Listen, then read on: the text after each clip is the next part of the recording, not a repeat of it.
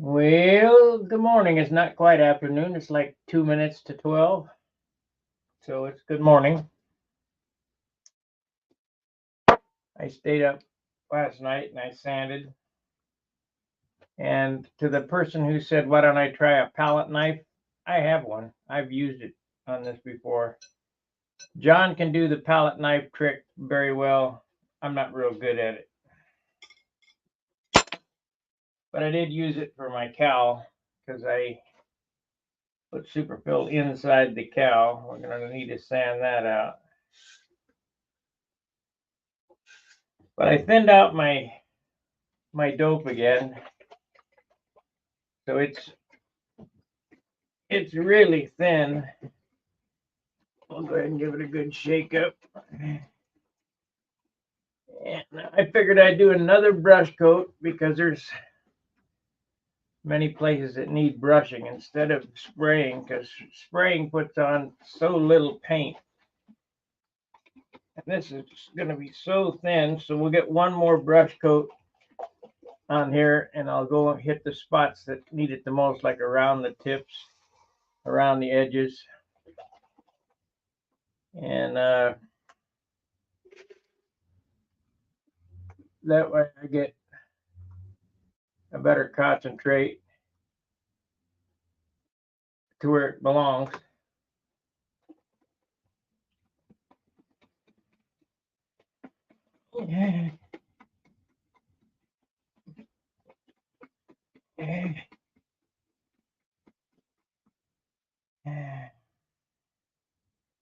Should be a pretty good milkshake now.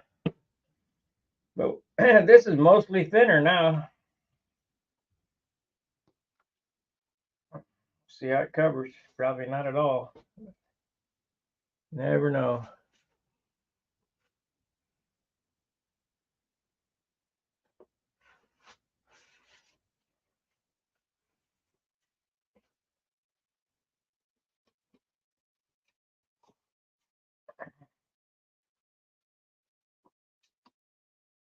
Actually, it don't cover bad for being thinner.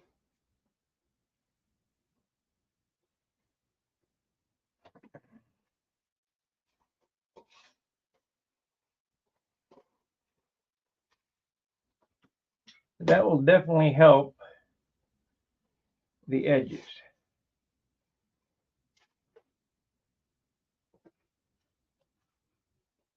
And we'll get the plate in this and get it up on the paint stand today and give her a spray coat.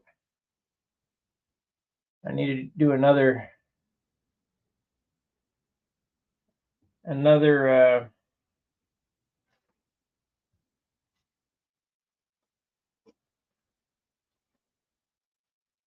brush coat on the ribs like I did the other day. I only got one on it. I need to do about three. Let's do the fillet area here.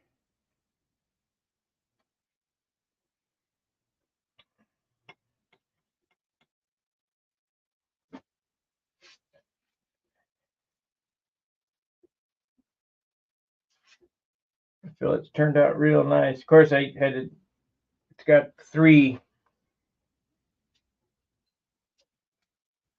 tries on it, 3 coats to make them perfect. I do have an area on the bottom, the trailing edge. I'm really bad on trailing edges of wings. Then I'm going to have to doctor up.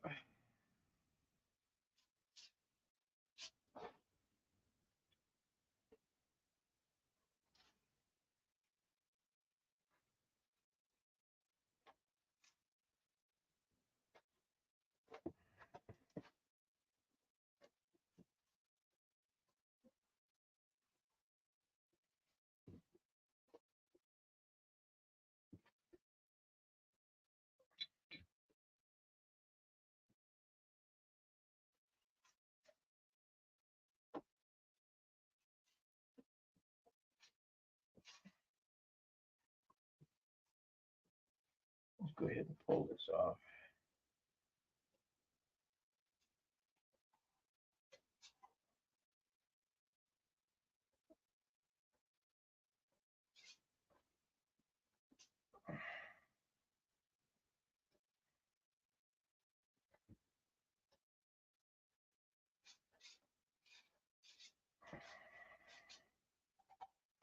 So it's going to be another day of sanding, because once this is dry, the whole airplane got to get sanded again. 400 or 600. I don't have any 6 yet, but I'll get some today.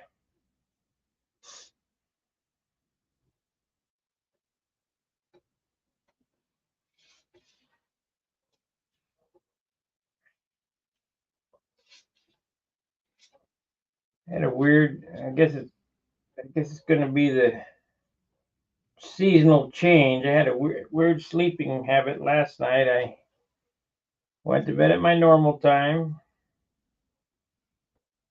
like 10, 11 o'clock. Got up at 2 o'clock, had to go to the bathroom. That's nothing unusual. Couldn't get to sleep, so I sanded for a little while. Got up at, went back to sleep. Got up at 6 o'clock, my normal time to get up. Couldn't go back to sleep. Sanded for a little while. Went back to sleep. Got up at 11 o'clock. Unreal.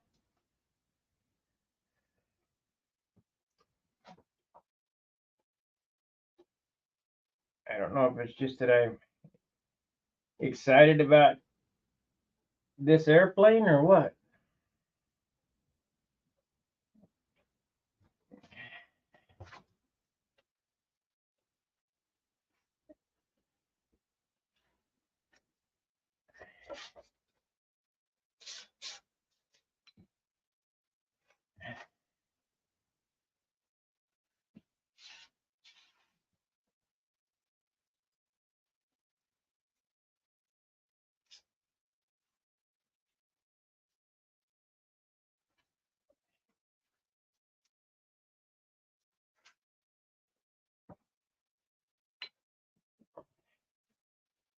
Well, it's turned out really nice. I mean, especially since they're the same color as the airplane, you just disappear.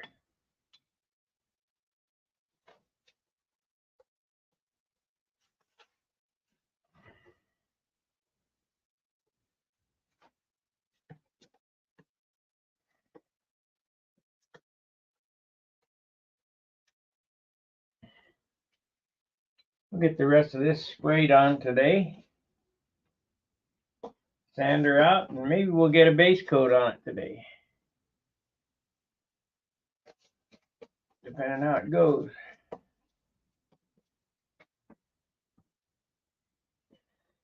I gotta address that trailing edge on the wing though, on the underside.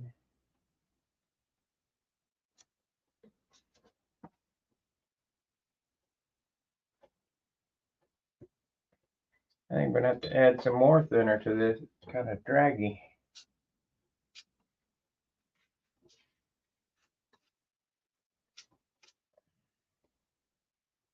More thinner.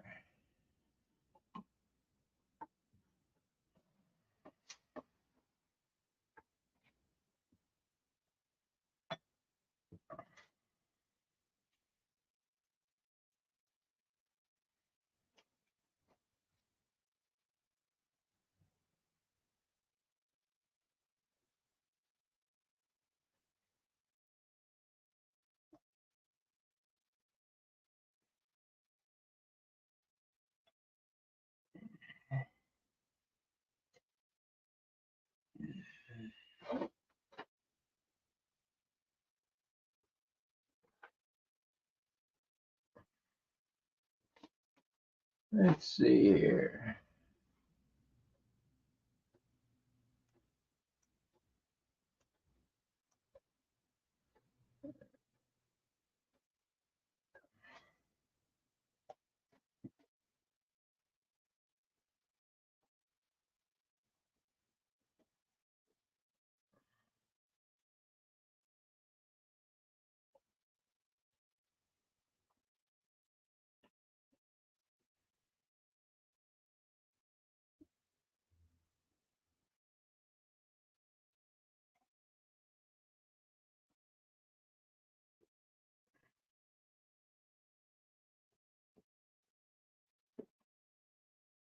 I've been really thinking about this inner coat design.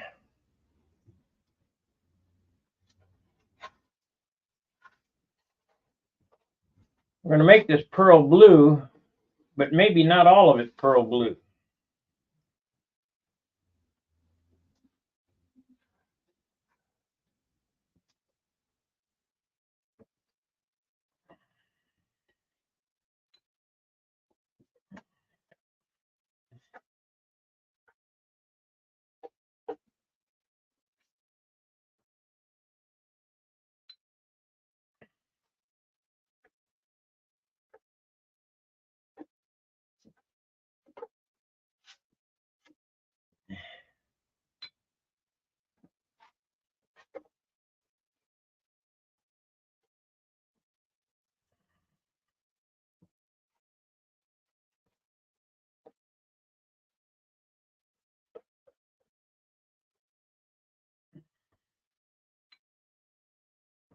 I'm just trying to hit the edges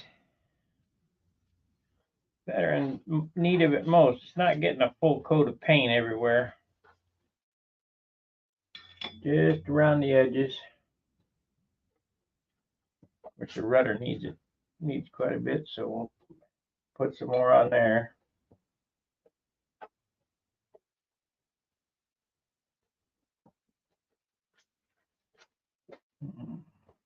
Inside the trailing edges, because this is concave here. I'll make sure to get a coat in there.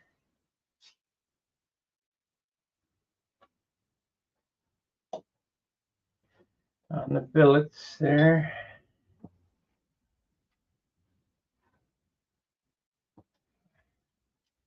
Edge of the elevators, leading edge.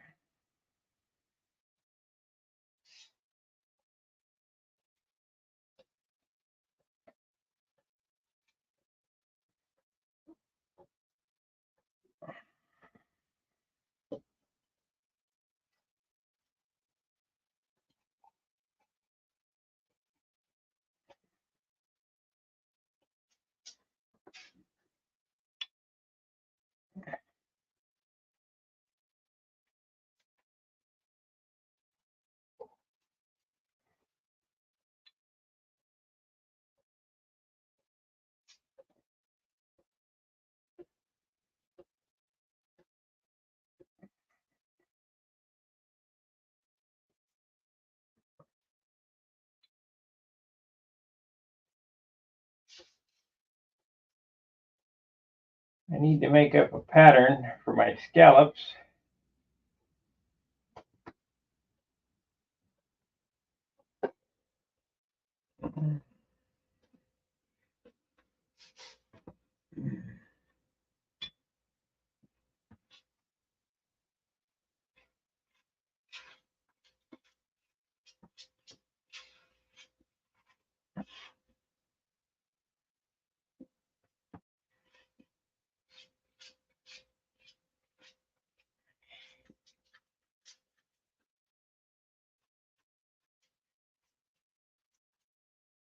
Yeah, pattern for the scallops.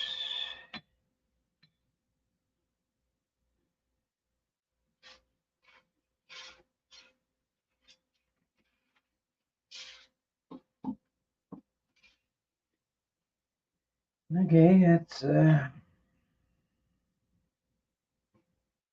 part.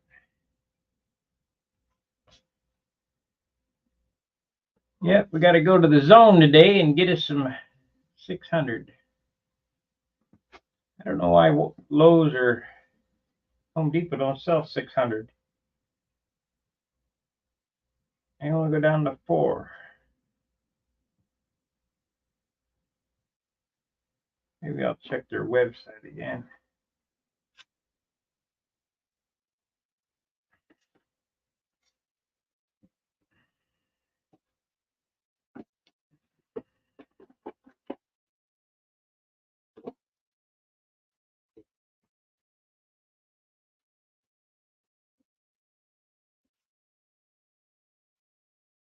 Okay.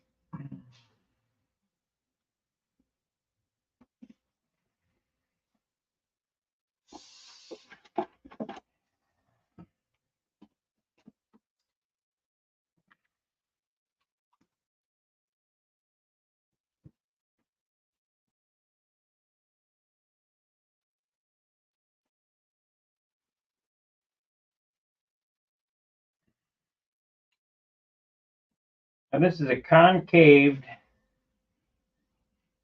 area that has tissue in it. Make sure you get some dope in there because come off later on in the as the as the plane ages.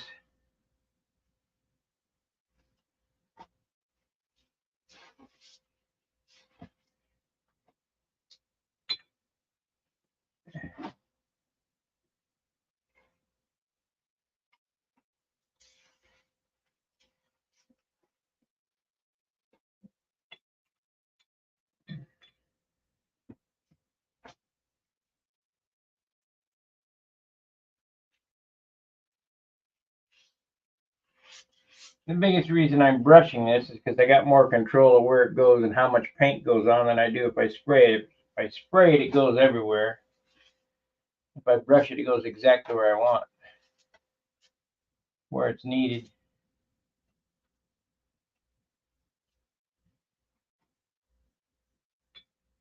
I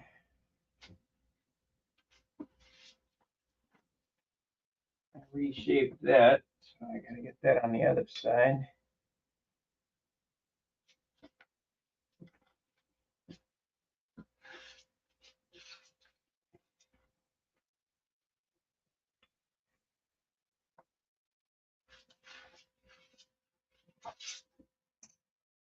We'll get another coat of striping paint on this morning.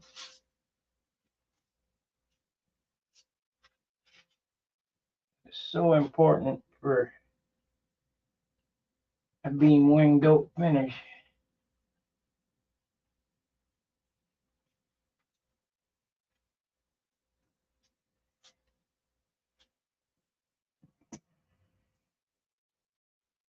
And them fillets turned out nice.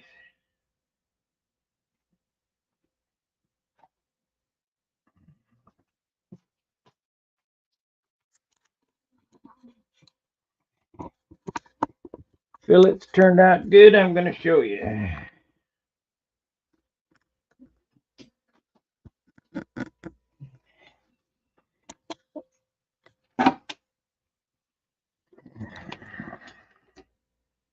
Got to get the camera in hand.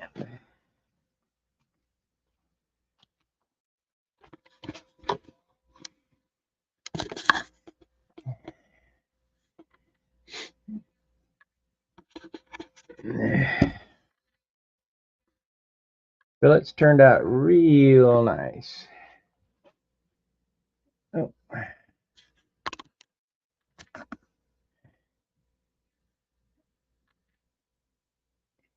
Smooth. I got a shadow right here. I don't know if that's going to show or not.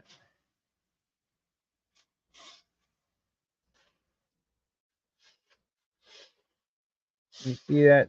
You see that shadow? I'll probably sand on that a little bit more with my T-bar. This is a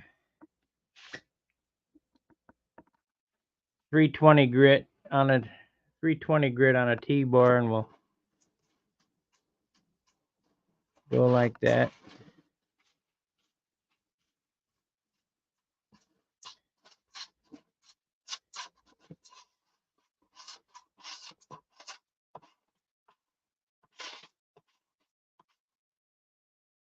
Try to get rid of that shadow.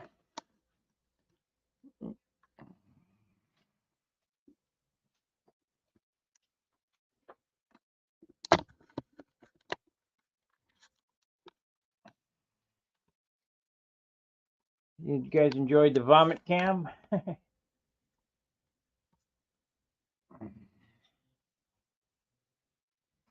Yeah, yeah, we'll go around the flap one more time. This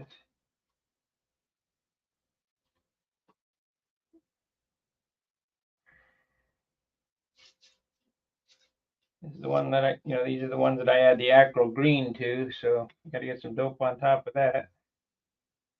And the edges.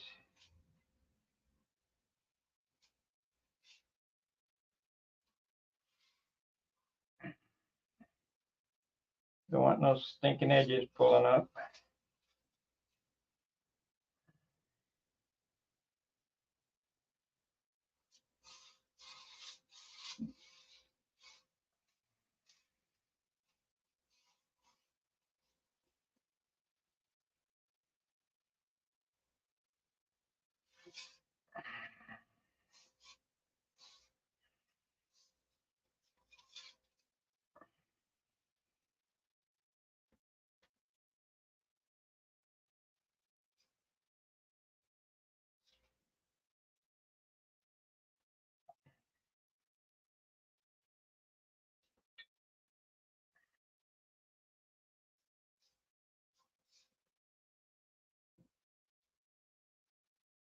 Win a few, lose a few.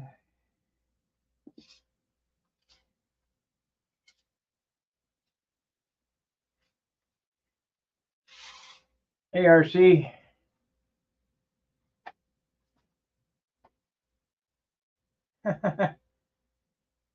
Thank you. Yeah, this is the primer, base coat.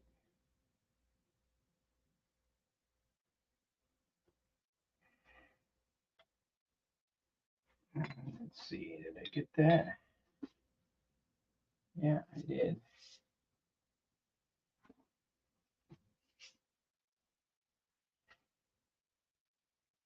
So let's do this. Get the leading edge on this. Did I? No.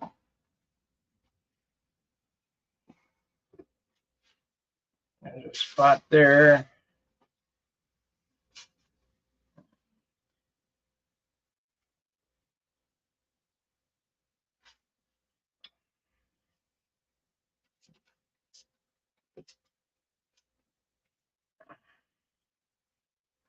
Got to get the spots.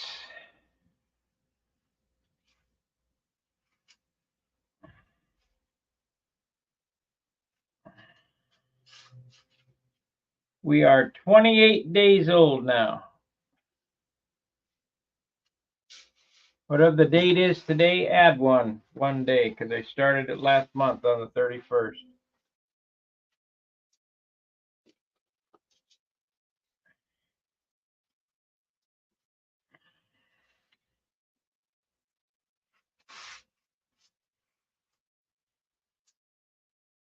I like Beamers, they go together quick.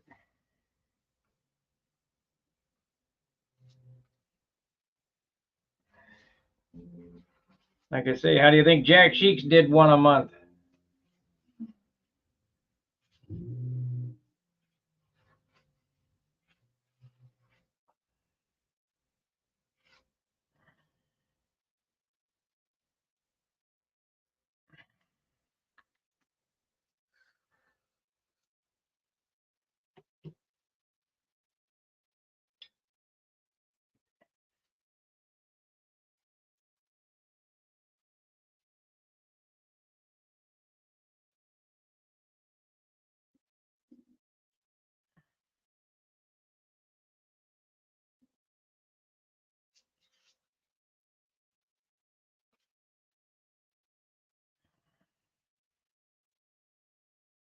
Yep, I think he did one airplane a month.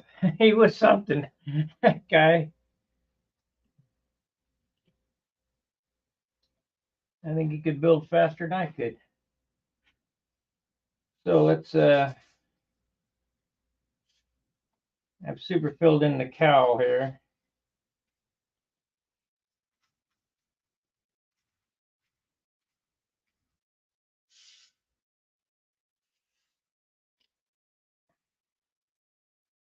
Get a little primer on this anyway.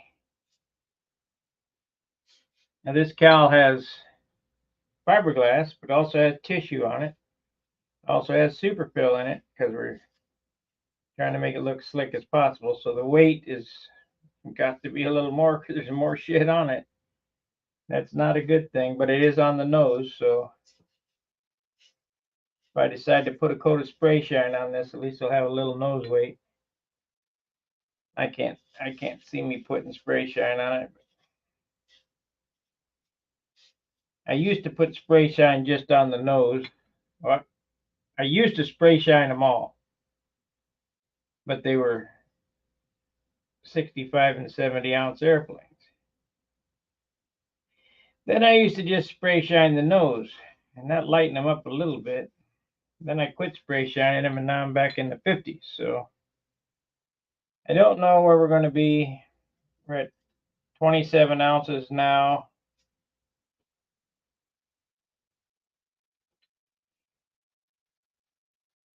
I can't add a whole lot of extra stuff without going way over.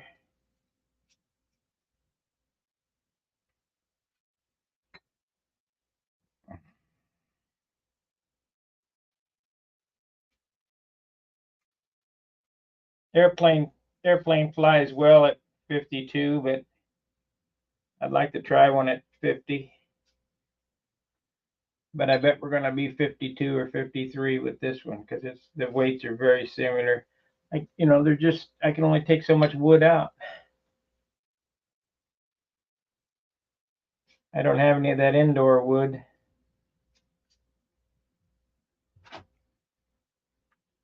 No indoor wood. Let's see. Fred said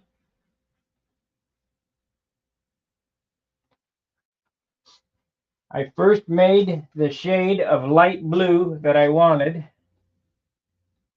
I took white and added blue in 1 quart, which this is the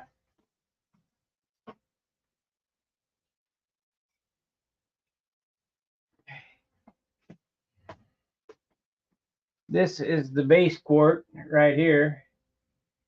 Then I took clear, mixed up my clear as per usual, and poured off some of this into that.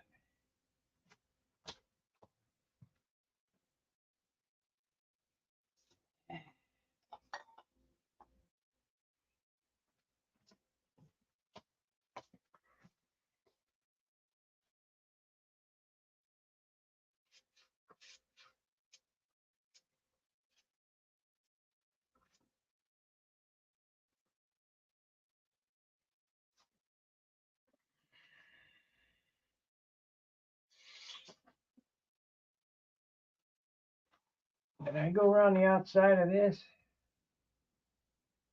No.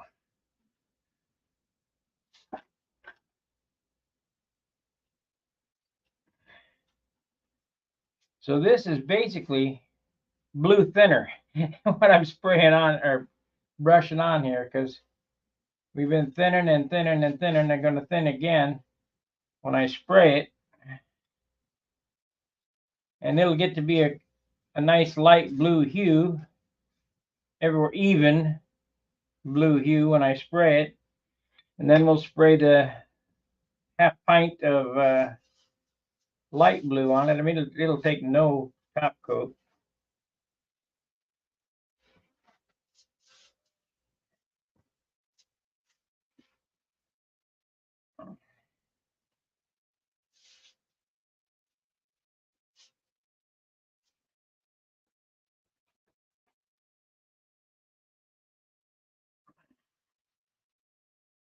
Yeah, it's a 50s Chevy color, I bet.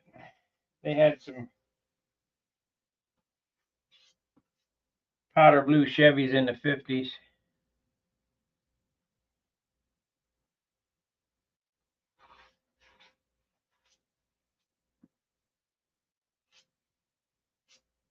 I don't know what it's going to look like with pearl on it, but should be interesting. We're going to do a test panel. I'll probably do that today. See if I like it.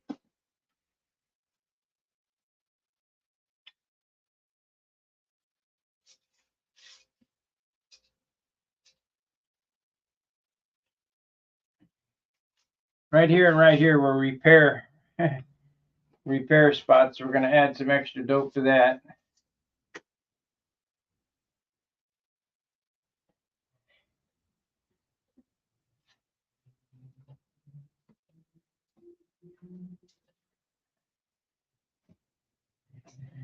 I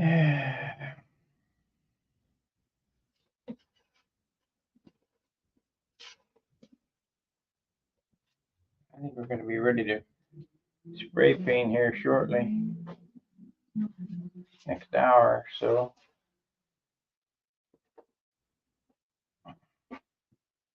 We won't do a base color today, I don't believe, unless it goes out real well. But we will get the rest of this paint on it and basically get to see what it weighs.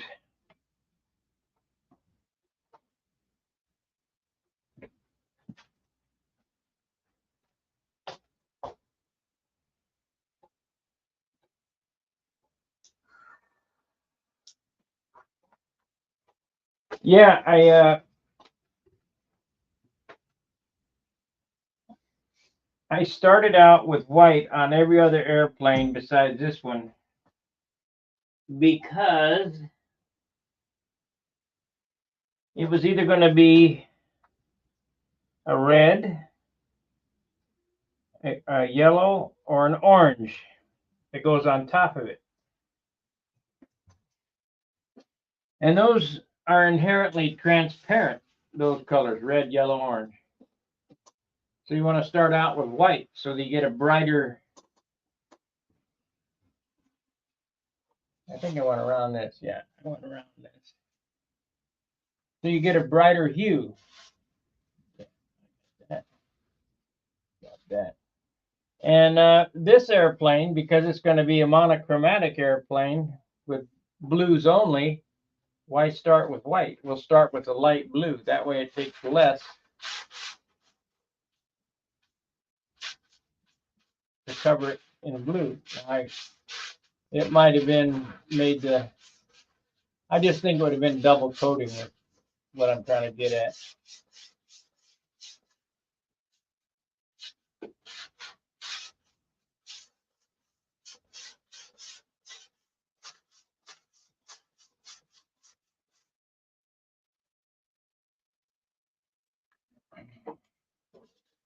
And I'm gonna do this more often. I might try it with orange next time. Just start out with tinted orange. But I think what's going to end up happening is that the orange will end up being a darker orange.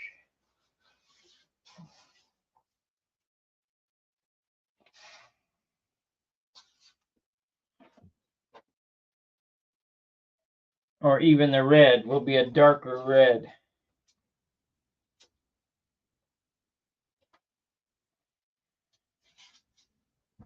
But I don't know because I've never done it.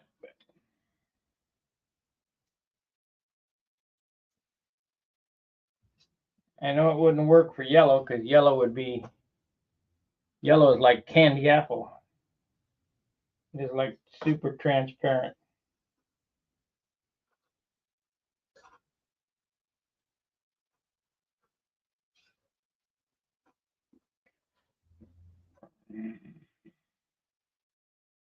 Now there seems to be, John particularly, but there seems to be a problem with Brodak tissue having pinholes. I don't find that. And I don't find it because I probably do more of this brushing strategically than most. So I would say my first coats of dope were thicker than most. You know, I will put the first coat on 100% to fill those things and then start thinning from there. Right now, we're probably 80% thinner here on this. That's what I want to get on the edges to make sure they're down really well.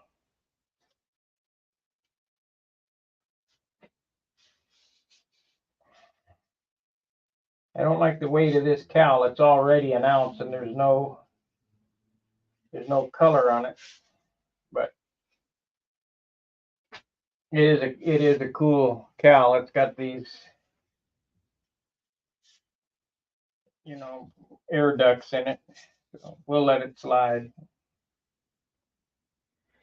We'll see what the airplane weighs. And if I think I need to take the nose weight off, I can grind all that shit out of it.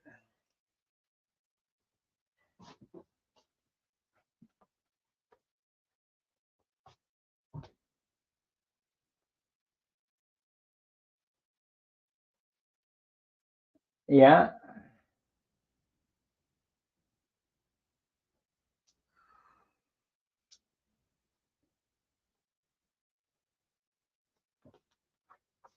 Now, if you sanded that red over gray primer, try sanding it over white or painting it over white and see the difference in the colors. It'll be a brighter red over white.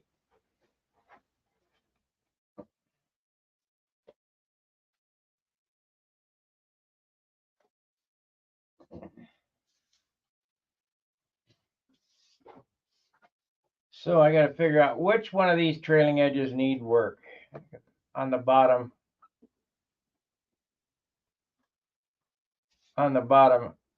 I found it looks like I did it with a hammer.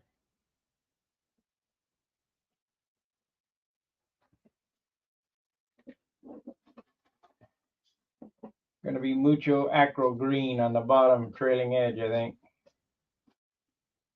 Didn't come out very well.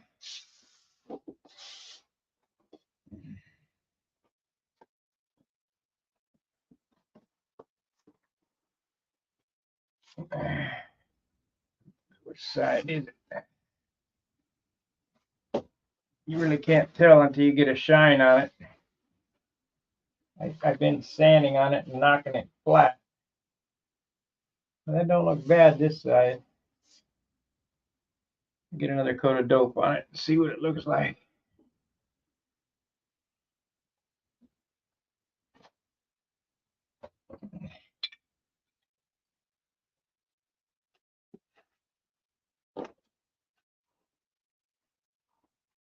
That's the first coat of dope over the fillet there, so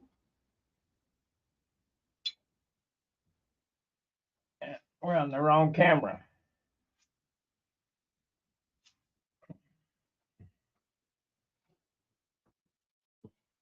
The one-man band, cameraman's choreographer. Thank you for the like, Gary. Everybody hit the like button.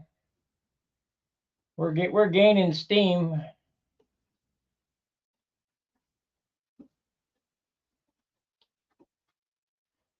We're gaining steam.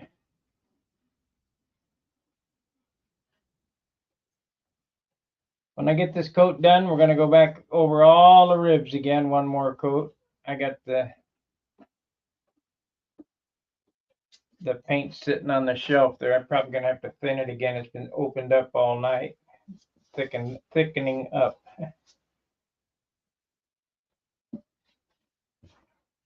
I guess this will be okay. I won't have to. I've sanded and doped so many times on this that it'll be fine by the time I get it done. This side, anyway.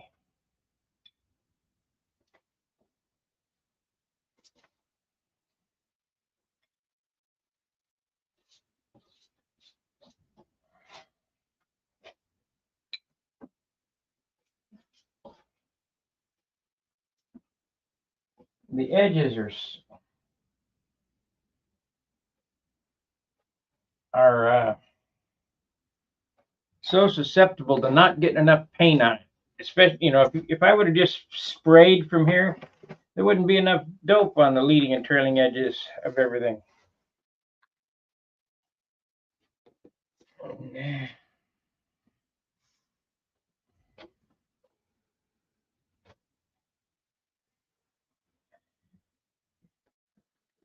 Still need to grind out my nose ring here and grind this out and get some Z-epoxy inside there.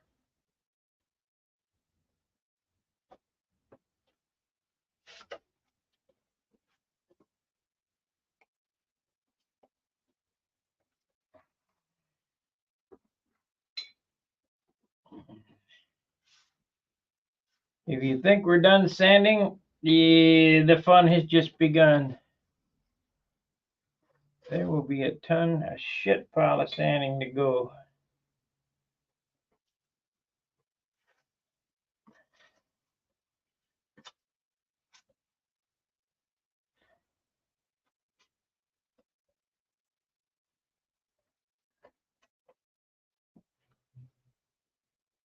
Shit pile.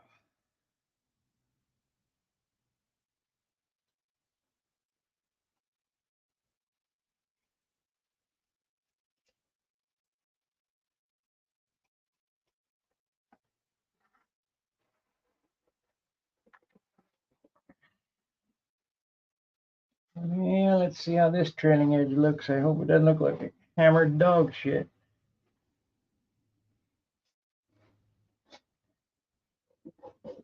Yeah, it looks like I need to push it, rub it in good.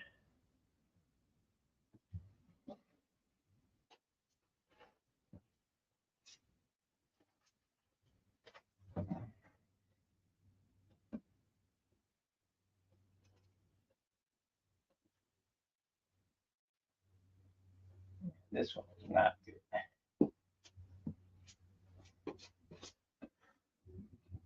This one is not. Yeah.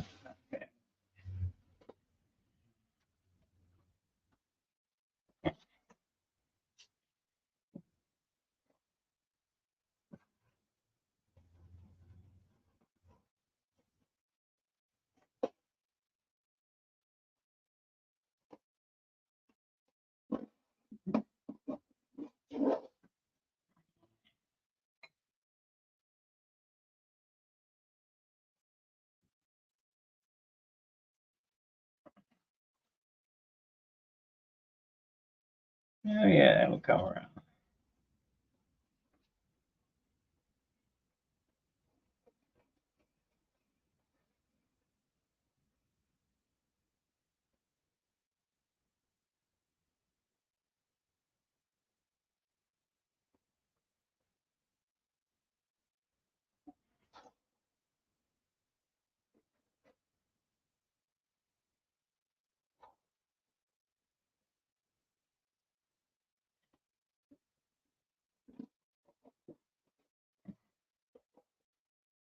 I guess you can get it stuck down very good.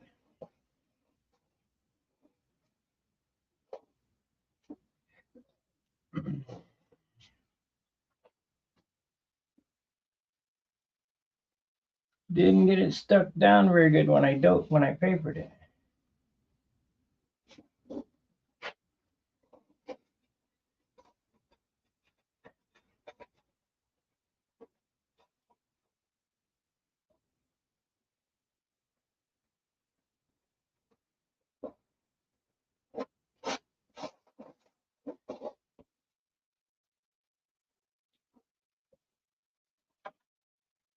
That could have been a catastrophic mistake.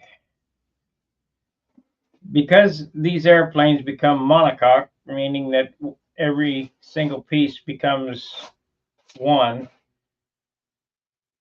not having this paper completely down on the trailing edge in the back here, which would have been a building error, could have caused a weak spot and the wing could fold. Of course, I don't know how a beam wing could fold, but it could break.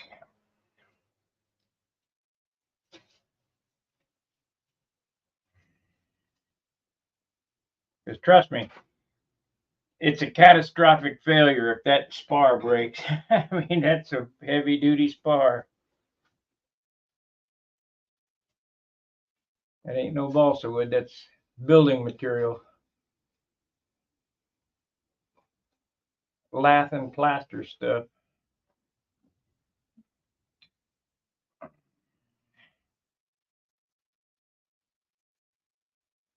But inertia, G-force, and load are some strange things. Look at go on the web and look for some of them car accidents or hurricane forces or plane crashes.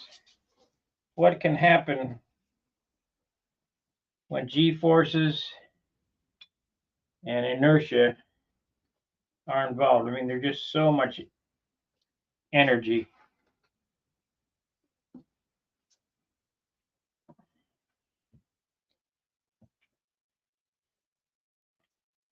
I don't think anybody's put a G-force accelerometer in an airplane. I'd like to know how many G's these actually turn in a tight corner, how many G's they actually pull.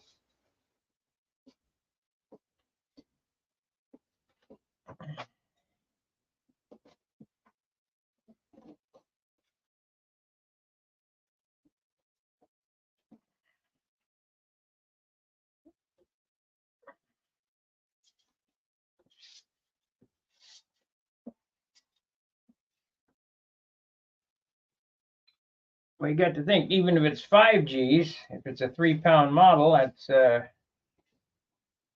15.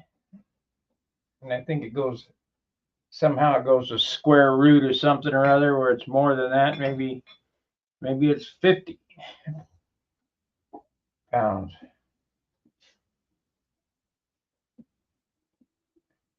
Got to ask Brett about that kind of stuff. He knows about that stuff. I don't.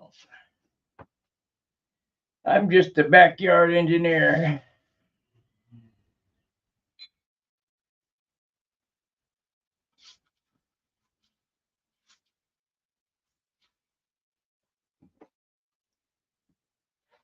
Well, we won't have to worry. I was going to acro green all that, but now that I see what I did and pushed it down, it won't look bad. Just take some more coats on the trailing edge there.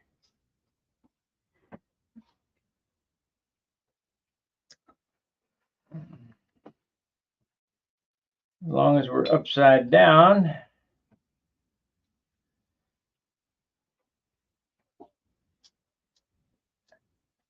I might as well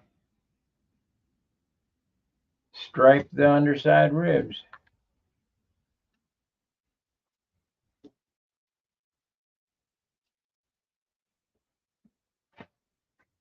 Terry says, harmonic vibration and G-force equals pending failure. Yeah, no doubt.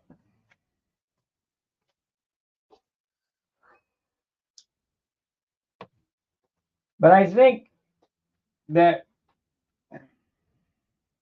let me see if I can explain this. I'm not real good at explaining myself sometimes. I think that I read or heard or something somewhere that if you're flying along in a straight plane and change attitude abruptly, let's say that like a real aircraft pulls 3 G's or 5 G's or whatever. Oh, we got this glued on there. 3 G's or 5 G's or whatever. I think that it somehow compounds itself. That's glued on too. There it is. We got her. You know, the square root of the biffle plate and waffle pump do something to it. So instead of 3 G's, instead of something weighing, if it starts out 3 pounds, when you pull 5 G's, it'll weigh, instead of just multiplying it times 3, which would be 15 pounds, I think it like, compounds itself. So it's 50 pounds or whatever the heck it is.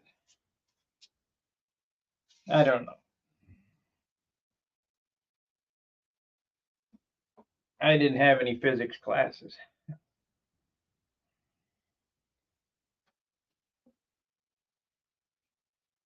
I had shop classes and art classes, no physics classes.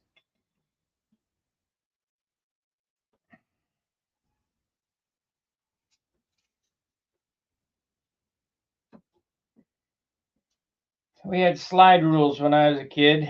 weren't allowed to use them, and I used to know how to use them. Just to do simple operations, multiply, divide, subtract, that kind of crap.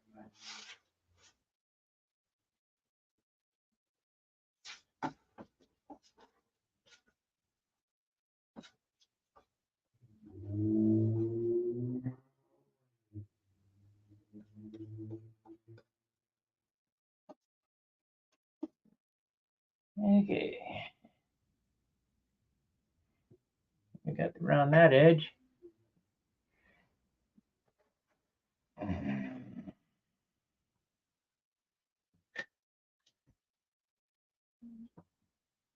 And we'll get out the striping brush and stripe them ribs again. Then I got to make a run to the zone, the auto zone, and get me some 600 paper. And I'll get a 600 sand out, and maybe we'll get a spray coat on this today. Steve didn't show up, so I've got the shop open to spray.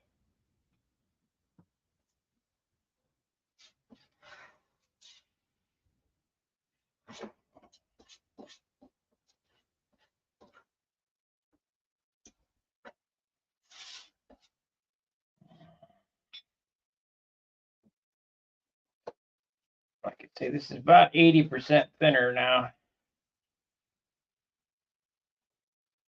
But you sure can tell it's sucking down the edges real good.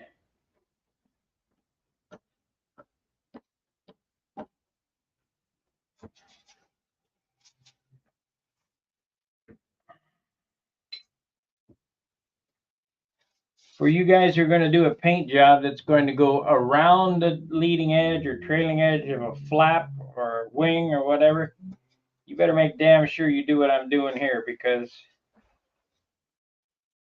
if you put tape around the flap, when you pull it up, it'll pull a paper right up if it ain't down really good.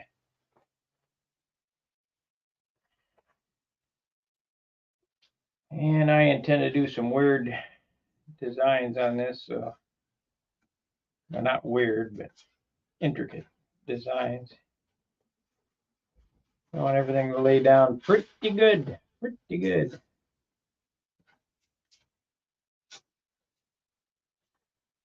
And the bad thing about this is, no matter how good I get this, the first coat of paint on this, I'll go, how did I miss that?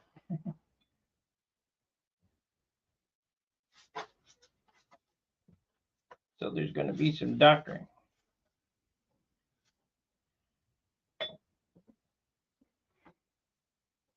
So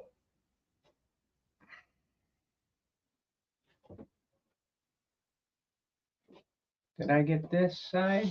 I think I did, didn't I?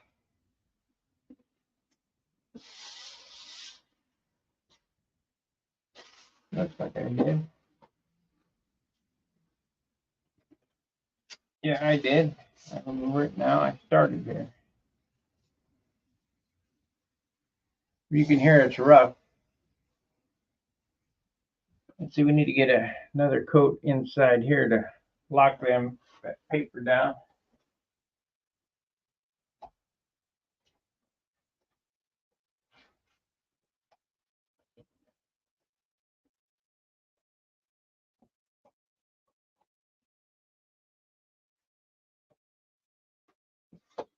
I'm going to do a camera in hand and show you my secret for bolt alignment in these stupid weight boxes. I don't know if I showed that or not yet. Maybe I have.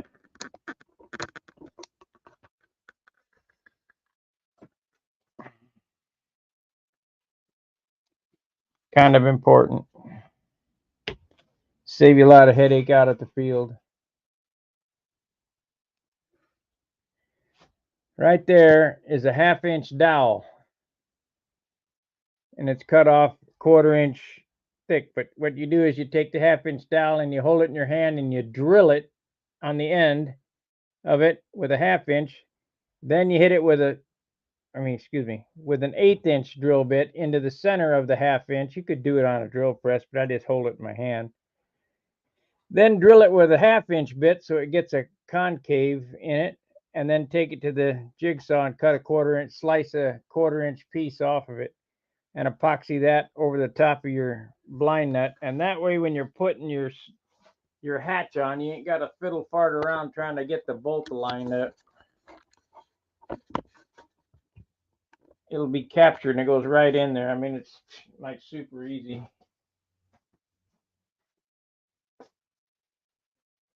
I just put dope on there, but this way. And it'll screw it in, and it's like nothing.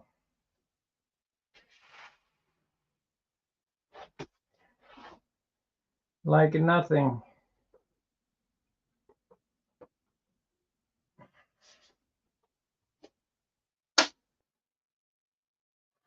Can't say that's an original idea. I mean, I didn't get it from anybody, but I'm sure somebody's done it somewhere. Ain't nothing new anywhere that what we're doing.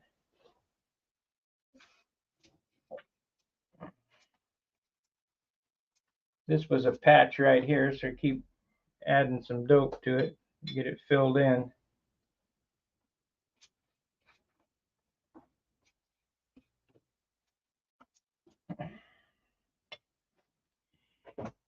Yeah, let's see if I got that dowel somewhere, hanging somewhere. Oh, here we go.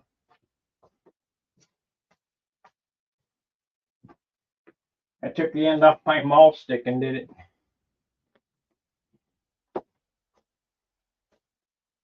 Half-inch dowel, drill a hole in it that way, an 1/8 inch hole so the 440 bolt can go through it. Then I hit it with a 1/2 inch drill to give it a concave on the end, and then just took it on the bandsaw and cut a 1/4 inch off of it and sanded it flat and glue it in. You gotta have tip weight out there anyway. Hold on. Hello. Yeah, hello. What can I do? What?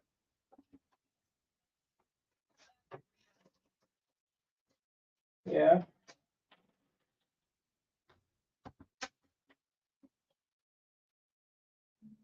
Yeah, loads, right?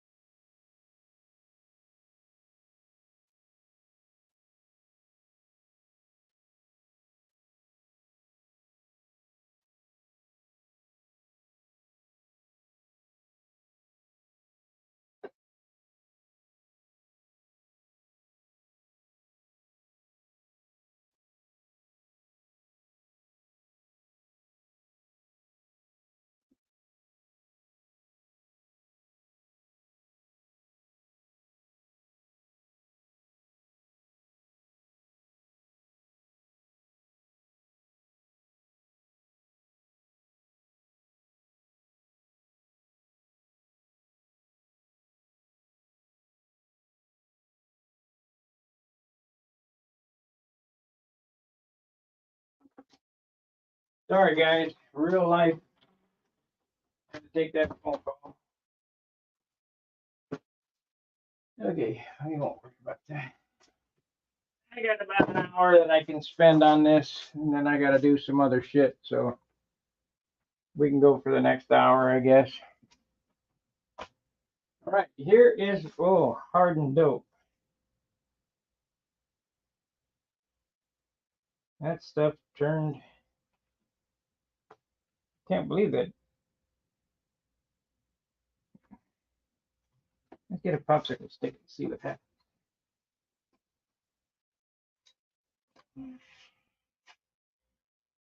This one, yeah. Now I left this filled up to here. I was using it as striping paint overnight. Usually it doesn't thicken up, it just puts a scab over it. But this here got like gel. I mean, so let's put some thinner in it and see what happens. See if it's still usable. Let me clean this brush up first.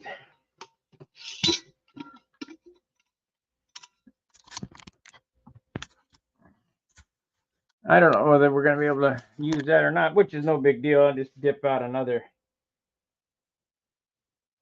That's just the first I've ever seen it harden up a 1/4 inch thick.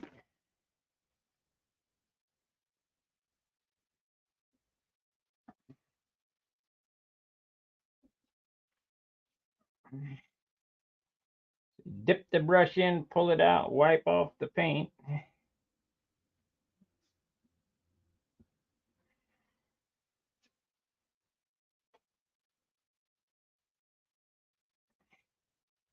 Then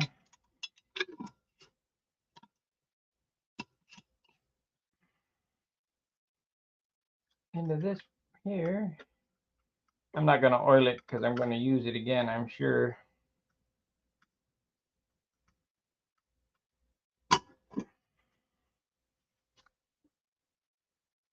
Now we have a clean brush.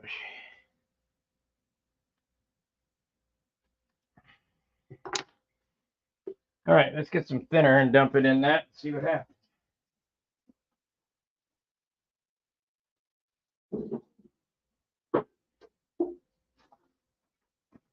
I bought a gallon of clear yesterday or Wednesday. I should have got a gallon of thinner while I was there too.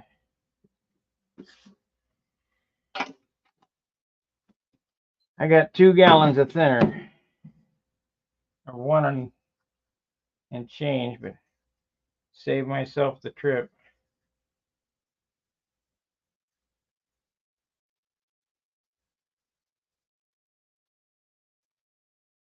That's some pretty thick stuff.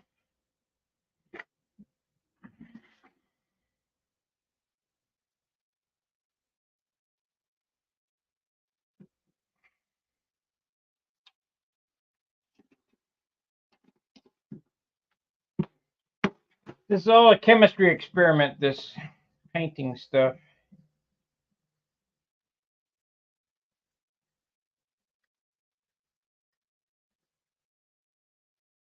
Yeah, it'll work. All the thinner's evaporated out of that.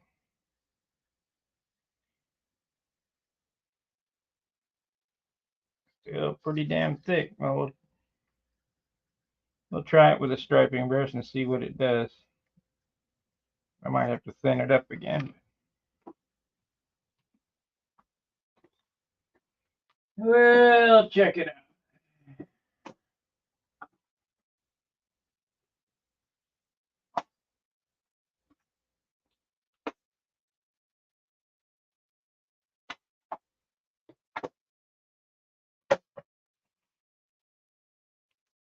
We'll check it out.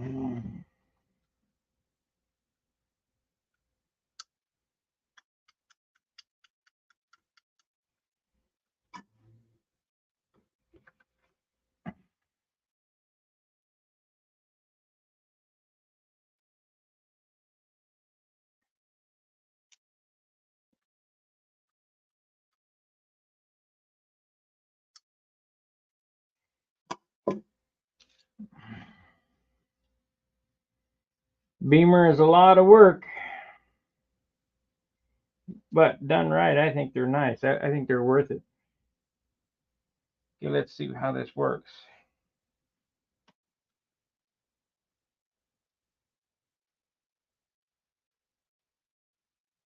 Yep, I can use it. Maybe a little more thinner.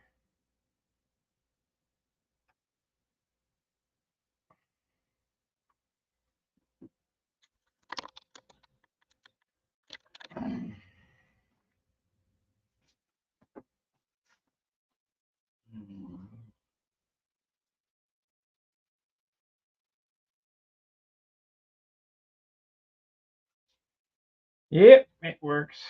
So let's go from this side and go for it. We'll go for it. Get all these ribs another coat on them.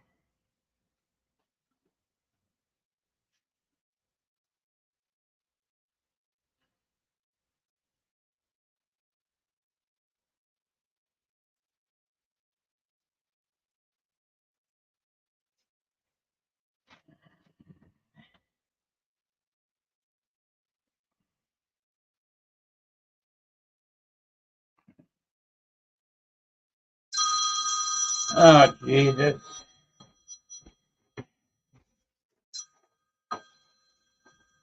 Rusty.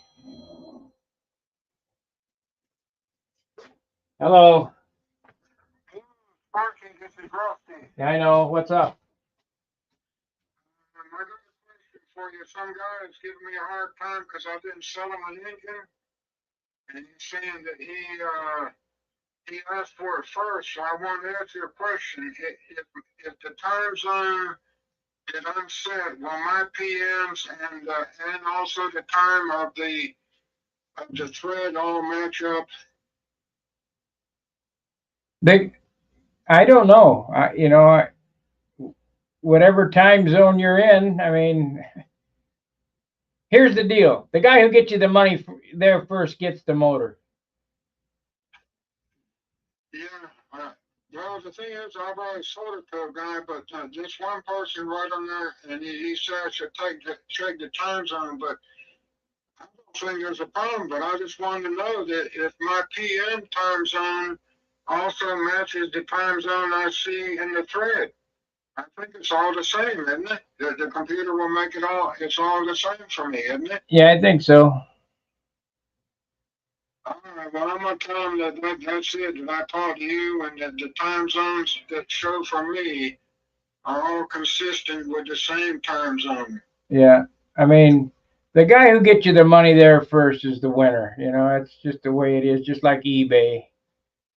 I know. I mean, I told this guy that I went on there when the person that PM'd me was an hour earlier than the next guy.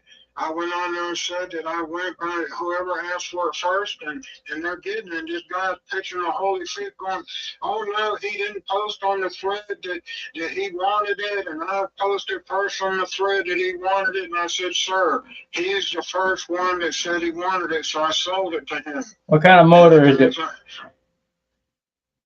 What kind of motor is it?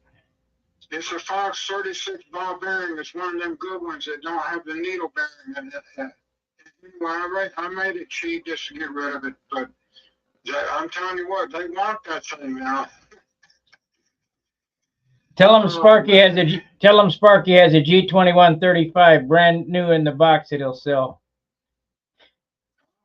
That's what I'm gonna put on there. Yeah, I got a brand new G2135 Combat. I just wanted to ask you about that because I want to clear this up. There's not, like on my end, what I see, it doesn't mix time zones with somebody else. Whatever I see on my PMs and the thread match. Right. So, right. It's your computer, not theirs, or not the servers. Does it show the correct time on your computer? Well, I don't see. I'm looking in my thing here. It doesn't show what time your system says it is. Is there? Where would that be at? That would look and layout, notifications. In your profile. Okay, foreign profile. And it doesn't matter. I mean, the guys. trying to clear the thing up because people are asking now in the thread if the time zones match. And so nobody seems to know that information. But I don't see in my profile where I can set what time zone I'm in. Yeah, it's done by the computer. Uh, The server time zone is not center, mountain time. Utah's on mountain time. okay, well, is there somewhere on the phone I can look and see what time you have at real time? Yeah, the bottom right hand of your computer. The time of your computer is the time. I mean, Okay, well, my computer says it's 2:10 p.m. right now, so that's then what if I posted something, that's what it would say on Stunhanger, right? I think so. Try it. You know, that'll give you the offset. That's a good idea.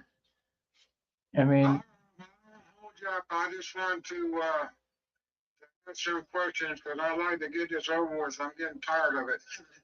well, the tired of it is, did you get me the money first? No. Okay, goodbye. Don't worry about it. I mean, it ain't that big a deal. It's only. Some of these guys, man, I mean, I never met anybody before. I mean, and I've been dealing with stuff for over 20 years, and it's happened to me. Somebody said, look, I'm sorry I sold to somebody else. It's over. Okay, I didn't get it. Yeah. You know, but this guy's like going, look, I should have got it. Yeah, well, what's he going to do, sue you? What's he going to do, sue you? I don't think so.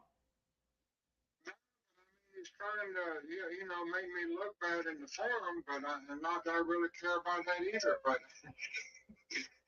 But some people send me a personal message going that they can't believe the guy, just don't leave it alone. Yeah, well. Anyway, I'll ask you later just to delete the thread once it's over with. Yeah, I'll take care of it. All right, man. Well, how's everything going for you? Well, I'm online working, so, you know, I'm doing a video right now. All right, well, I'll let you go then. Thank you for taking the call, my friend. All right, buddy. Talk to you later. Okay, bye. Bye. Now, for you guys who don't understand about Stunhanger and why it's such a pain in the ass, that kind of garbage goes on all night long, every day.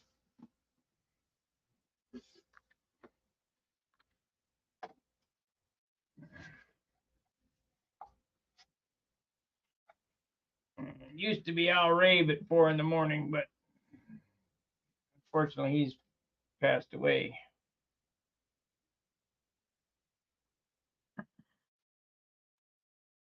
We could use a little more thinner in this. This stuff's pretty thick.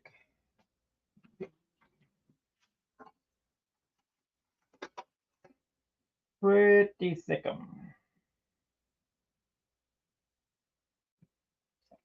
Yeah, that's probably too much thinner. Probably too much. Let's see what happens. Yep. Oh well. No. You can tell when you got just enough on a striping brush when the brush starts floating in the bottom. I mean, it's got lots of paint on it there, and then we'll palette it here. That's good.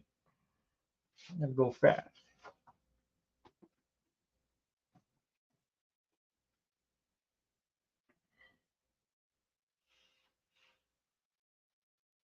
Yeah. Pretty damn thin.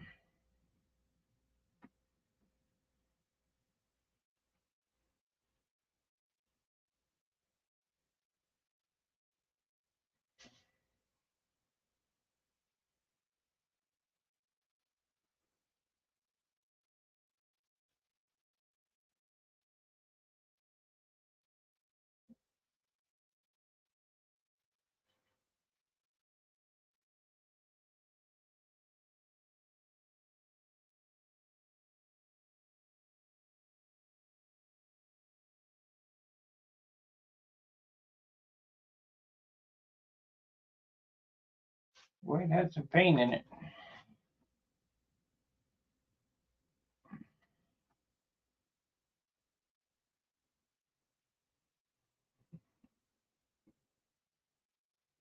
Well, as soon as I get the next phone call, I'm going to have to end the stream and go pick up my old lady from the market.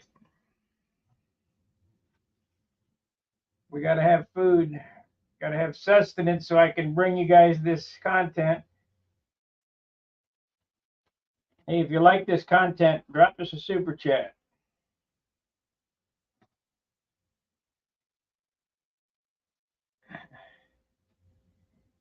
I give you guys all the cool tips. Who on the net is going to give you cool tips?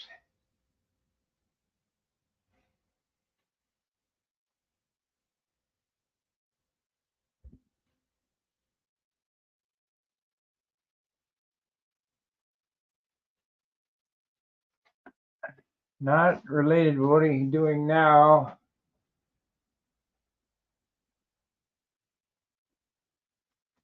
I'll show you that when we get to it. I drill a hole right through the side of the fuselage and put two a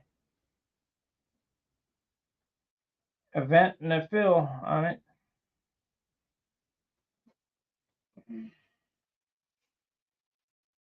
I don't do that until after the clear's on it and everything's, we're basically buttoning it up.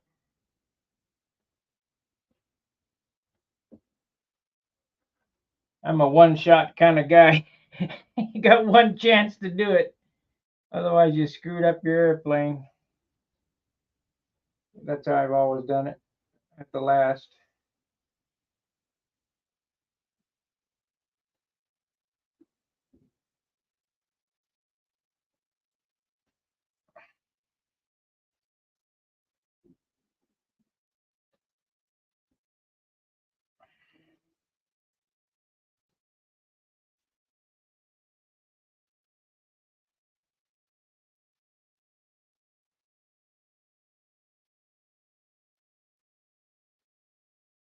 I don't believe I needed as much on the flaps as I do on the wing here. And this is the second, it'll get one more time. After I spray the clear on, we'll go back over this. Spray the base on, we'll go back over this one more time. I did 3 on the, or 6 on the last Viper. And it turned out pretty good, but I think 3 is enough.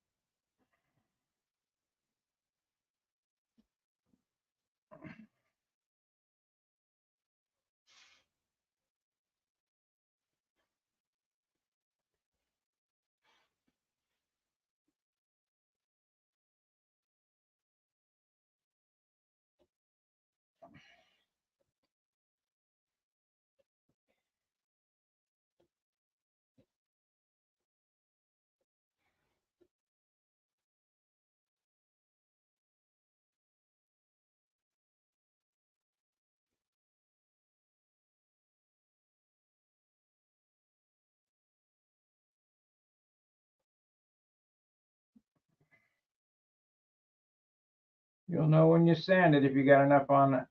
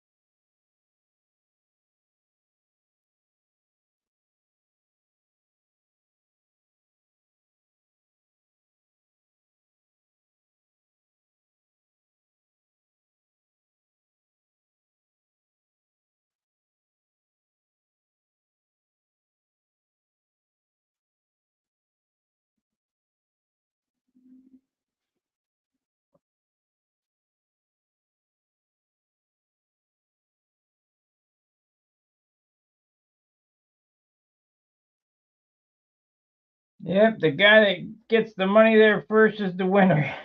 Don't worry about it.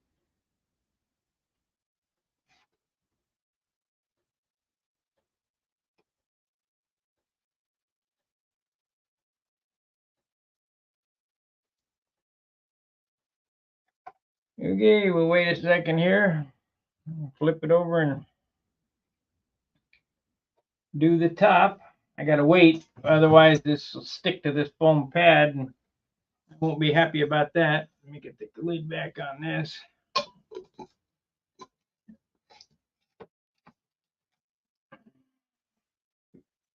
We're gonna know today approximately what this airplane's gonna weigh, because if I get all this sprayed on, it'll be powder blue. This thing will be blue and there won't be any ambiguity about it. And it will take 4 ounces of the blue to cover it. And if I've done my job right and I got all the buggers sanded out of it, there won't be any big faux pas. Of course, I'm sure there's going to be a few, but we'll go around and spot those in. We won't cover the whole airplane. Then I have to see what I want to do with the inner coat clear, which is pearl.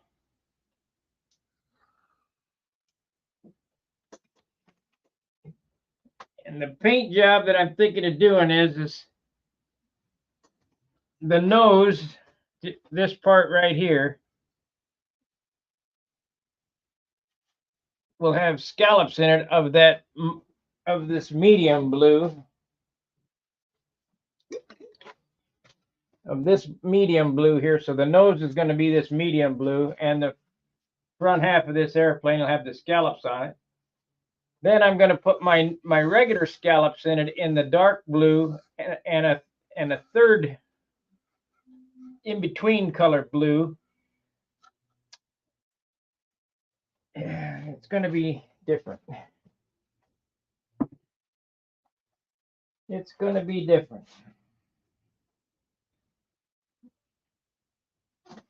Some will like it and some won't. I've got this concept in my head. I'm not sure it's going to work, but that's the fun part about painting. You don't know what it's going to look like till it's on there.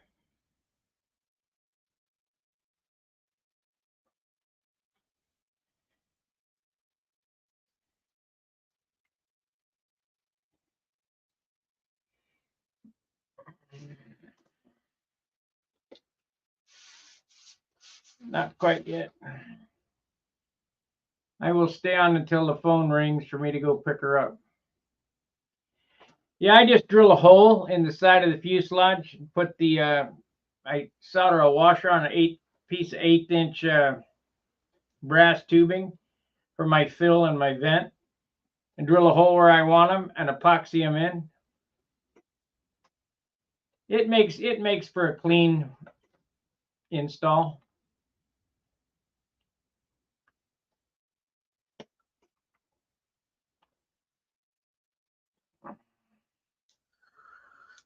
Normally, I've been just having one brass tube in the top here for the pressure and fill line, and I take the tank like this, and the overfill comes straight out the bottom, out the hole. But on this cowl, I can't do it because I've closed it off. So I'm going to have to run a separate, it's closed off. This is where it normally comes out.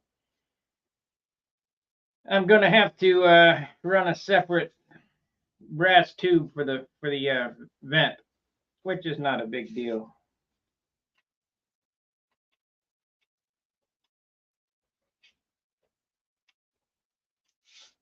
Sure wish I had my beloved DC 540. I think that's pretty dry. Turn it over.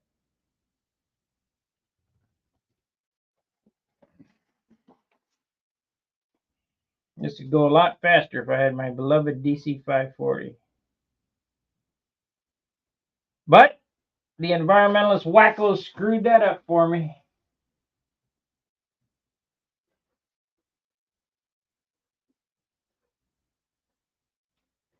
Not supposed to huff the paint, guys. You're not drinking it. Don't eat the paint.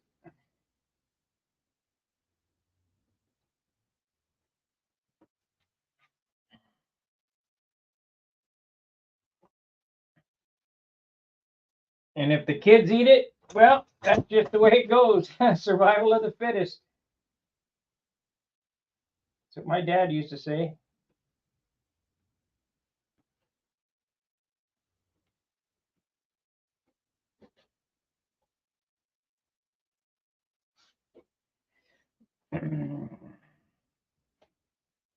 Hello, go for it.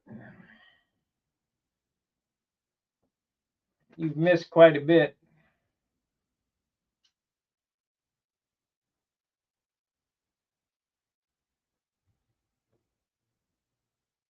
I can, when I go get her, I can go to the AutoZone that's in the same parking lot. So that's kind of handy, actually. Get my 600 and 1,000 grit.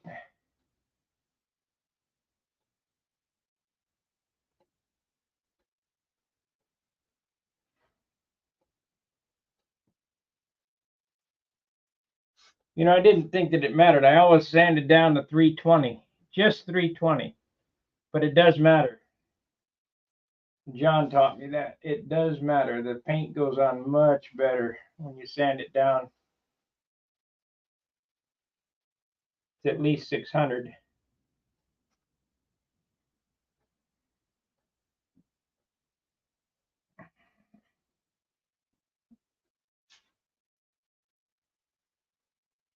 This ain't like Bad Chad where he can sand down to 80 grit and put 5 gallons of primer on it and a gallon of paint.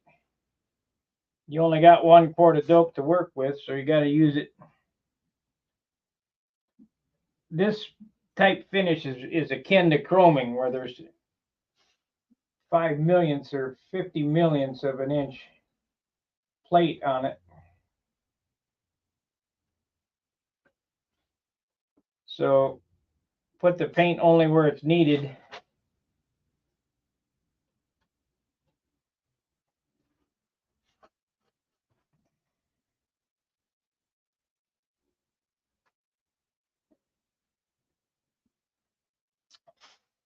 Yeah, when I was painting motorcycles and cars, and so this is nothing like painting a motorcycle or a car, because you're trying to get a finish without using paint.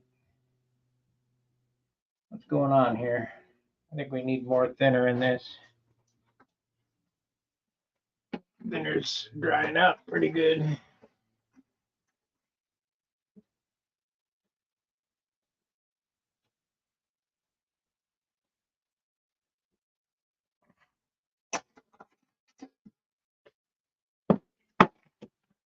See how it floats now. That's better.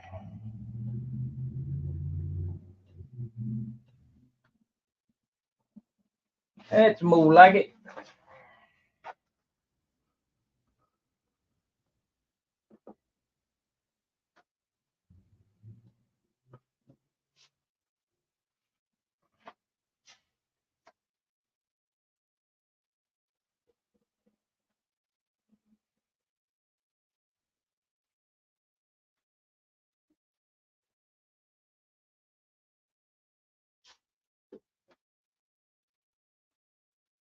What I'm doing there is I'm wiping the end globule off the edge of the leading edge. That way I don't have to sand. I mean, I'm going to sand anyway, but it'd be a big lump.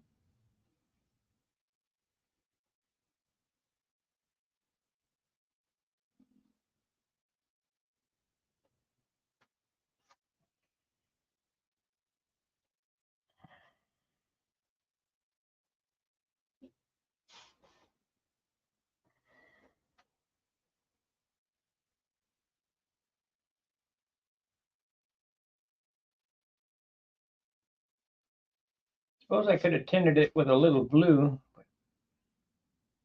This is a straight clear, thin so that I can brush it.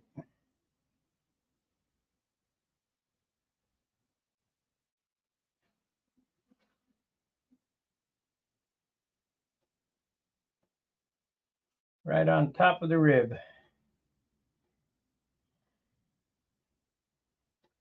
And it do make a difference in the way it looks when it's finished.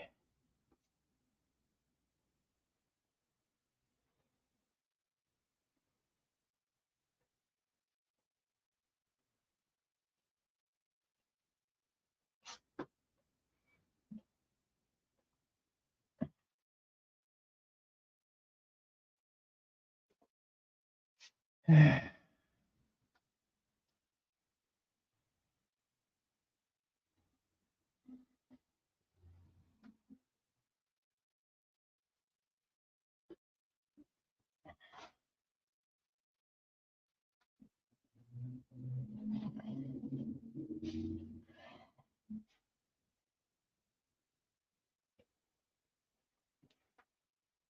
going to start doing this on lost foam wings going over the cap strips, because my cap strips all look like shit, but if I add some extra clear to them, they won't.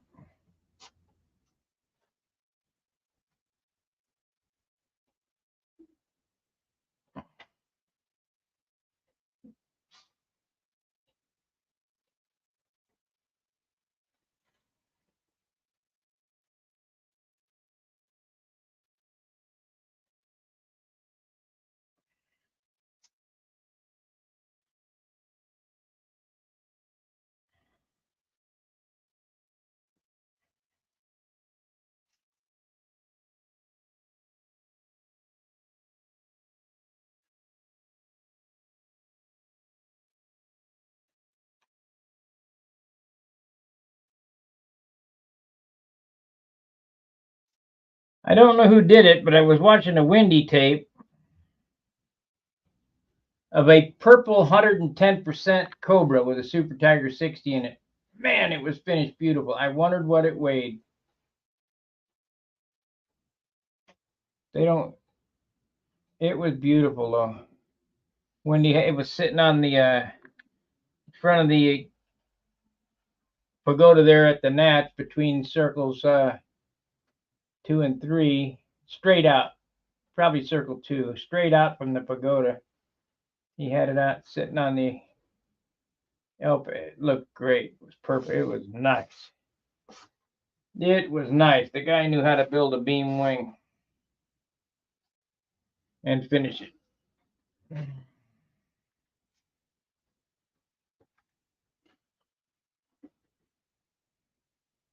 Okie dokie, let's finish up this wing here. Hopefully I get it done before she calls.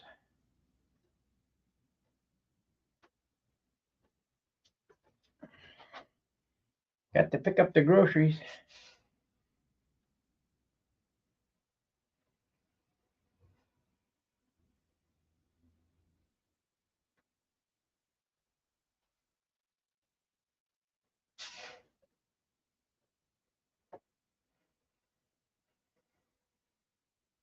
Not supposed to be able to stripe with dope, but we're getting her done. So I can do 2 ribs. I can do 2 ribs with a loaded brush.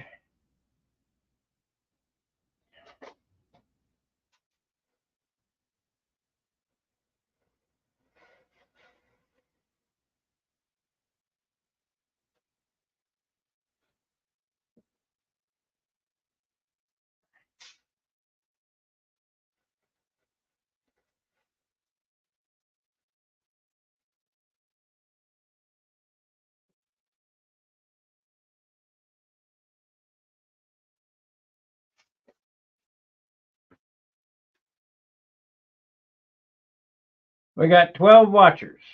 You guys got any questions of what I'm doing?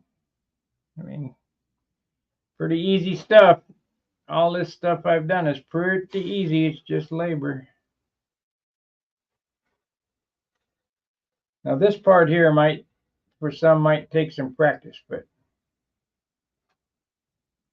ain't nothing for me. I was a sign painter 40 years ago,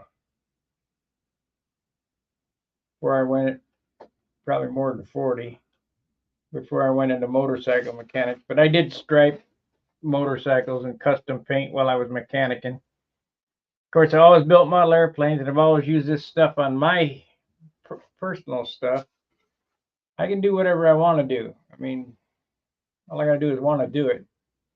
Because the way I was raised, hey, can't afford it? Do it yourself. I come from a long line of DIYers. DIYer, do it yourself. DIY. Nobody can do it as good as yourself. You'll never be happy with the results until you do it yourself.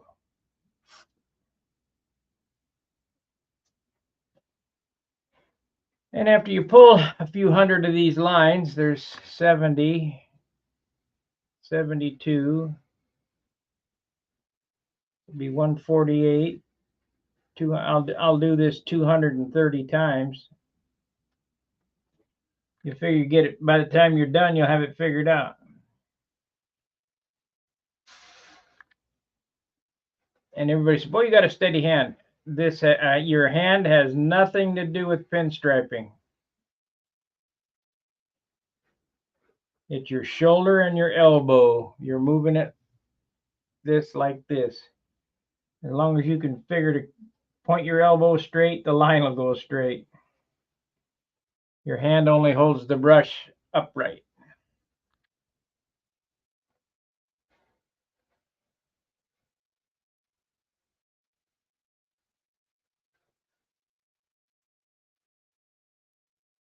And I'll guarantee that line's pretty darn straight.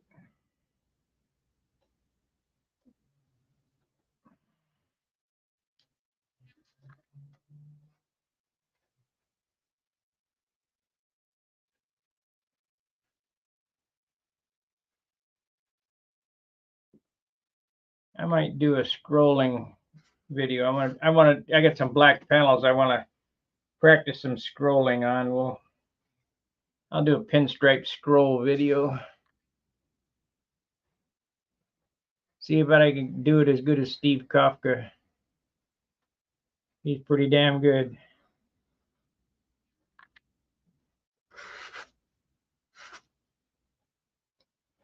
Pretty damn good.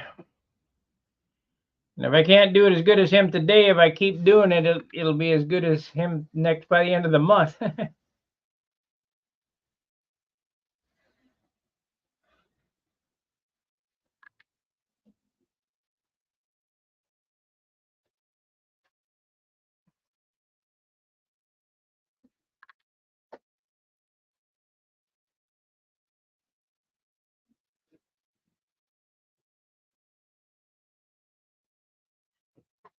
Yeah, I'm kind of glad she called me. That way it gives me an excuse to go get that sandpaper.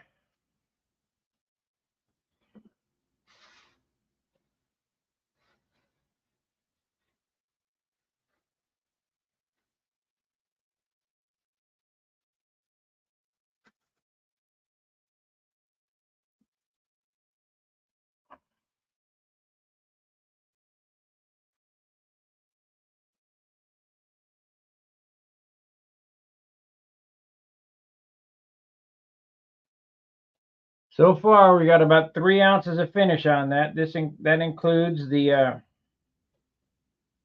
all the dope, all the paper, all the superfill. 3 ounces so far.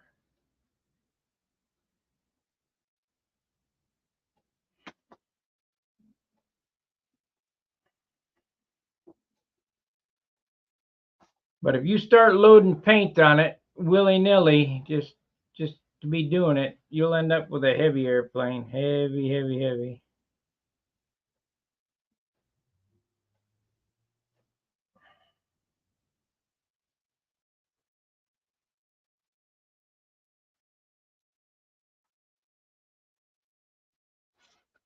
All right. I can already tell it's 2's. I probably could get by with just 2, but we are going to do one more of those around the ribs.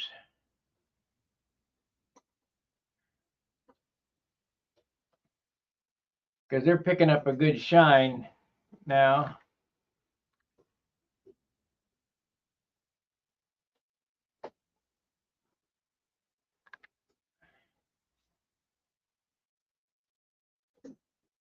Let's blow this out, clean it up, because I know she's going to be calling any minute. Kids are eating Tide Pads these days and don't. Yeah, they're eating Tide Pods. Yeah, what kind of idiot is that? You know whose fault it is, guys? It's us boomers. The beatings. We didn't get the beatings in.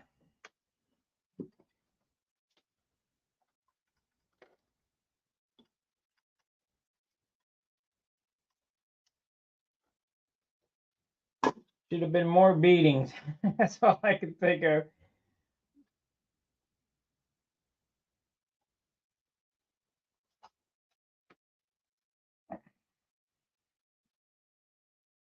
Let the beatings begin.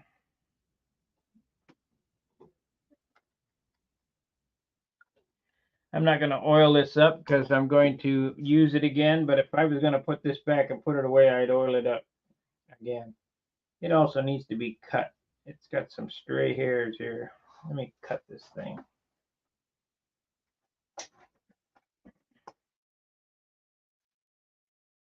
We'll get her worked in for really using. Now the correct materials for striping is enamels, not lacquers, but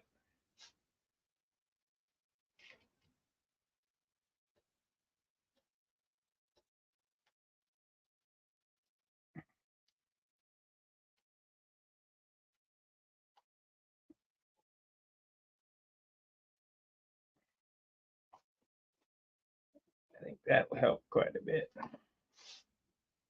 think maybe some of the belly needs to be cut out of this too.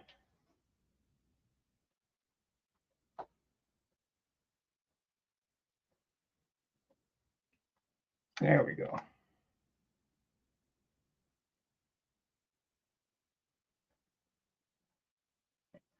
Here I've cut my striping brush into that right there. It had a bunch of stray hairs sticking around. So this, let's try to, I just cleaned it. Now I'll try it on the next go around. Do not cut more than 64th. If you just a few thousandths off the end of your striping brush, you might throw it away if you ruin the shape. But I think that's going to be good. All right. Kids are eating Tide Pods these days. If someone tells them to do it on TikTok, yeah.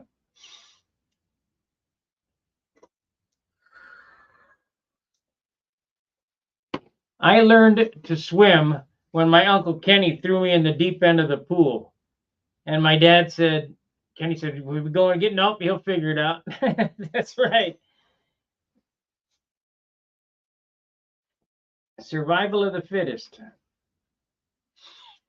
I stuck a bobby pin in a wall socket when I was probably 3, 4, 5 years old. I still remember to this day what color the wall was and what it was, because I saw my mom sticking stuff in the wall, and I grabbed her bobby pin and stuck it in the wall socket. I only did it once. Ooh, hot. Shit.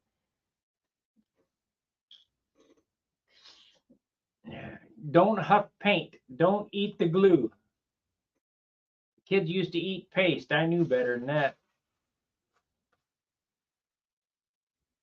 Yeah, this is coming out nice. It'll be good. I think we're going to have a good finish if I sand a bunch more. Sand it with 600 instead of this 400 here. It's hard to believe that 400 is aggressive, but it is.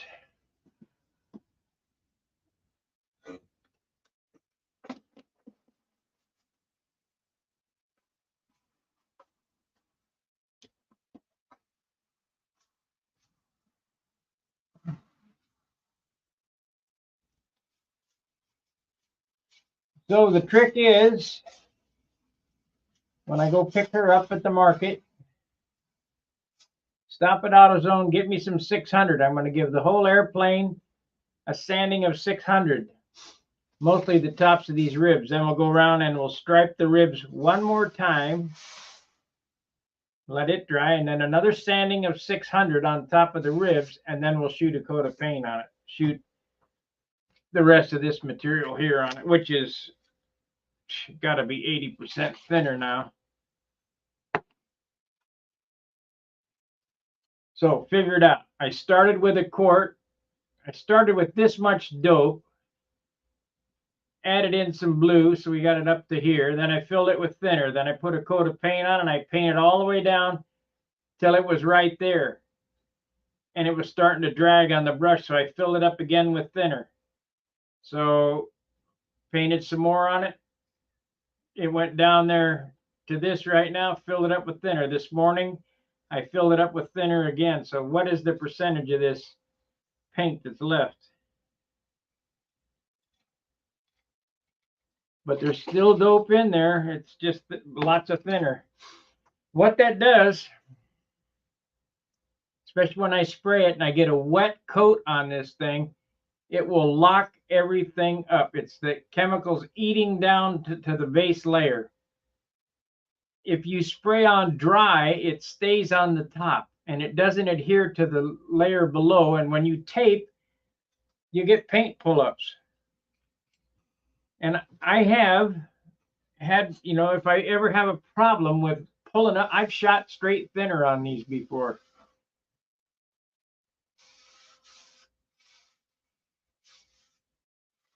I think Rejuvenator is just retarder.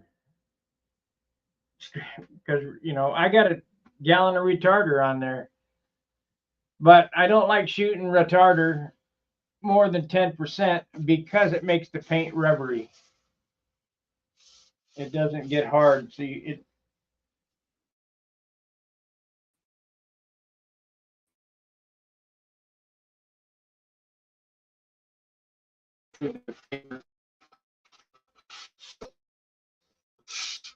I reshaped it.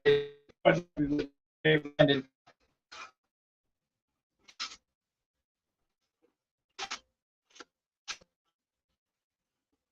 got the edge and it's kind of bare. It'll be all right.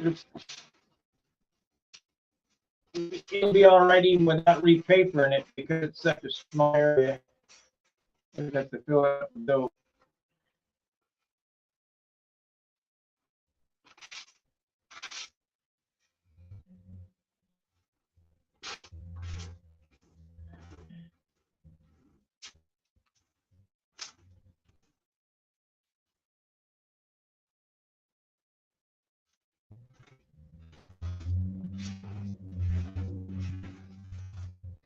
All this elbow grease is so important for a good finish.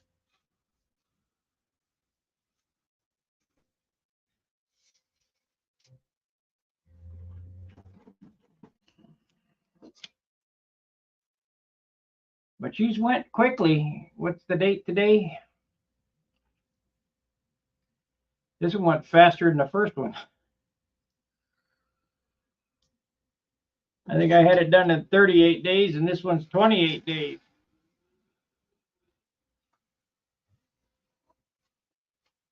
Steve, are you watching? How you coming on the plans?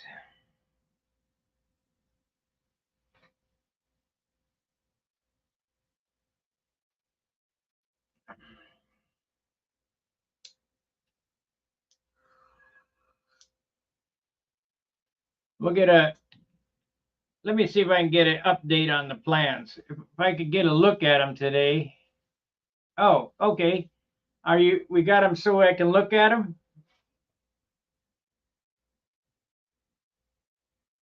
Been able to do much on them this week. Busy at work. Okay, no problem. Work comes first.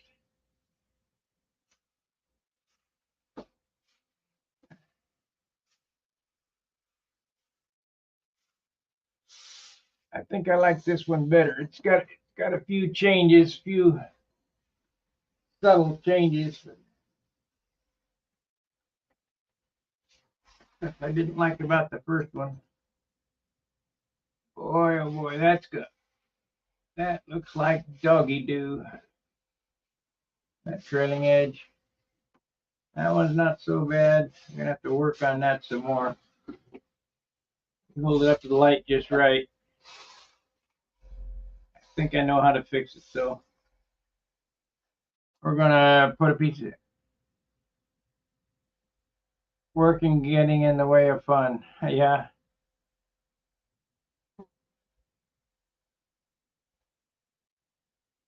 Okay.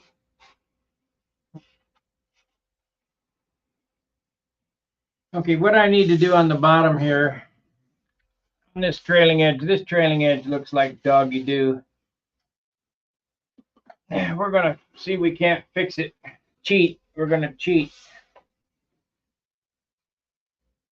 I'm gonna cheat in a big way.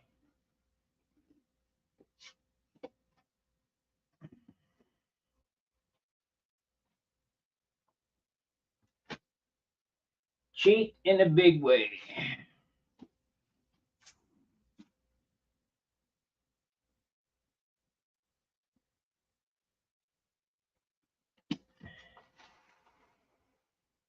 I don't know why I didn't get that sanded good enough.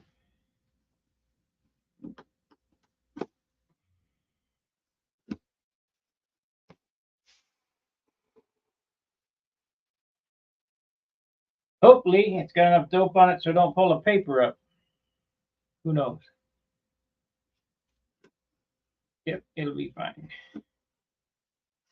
It'll be fine. So now I need a piece of cardboard, which I have over here somewhere.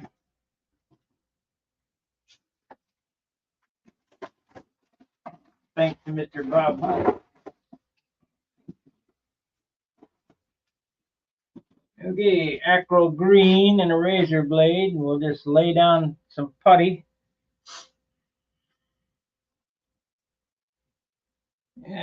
This is cheating. Try not to do this.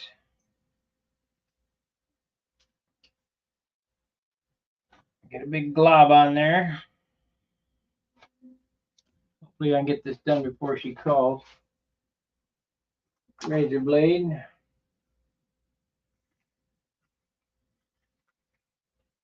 Change camera angles so you can see better what I'm doing.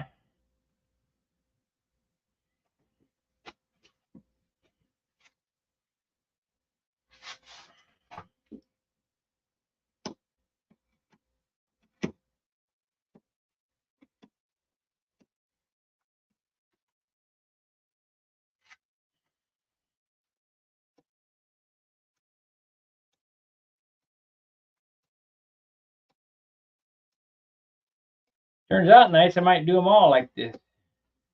But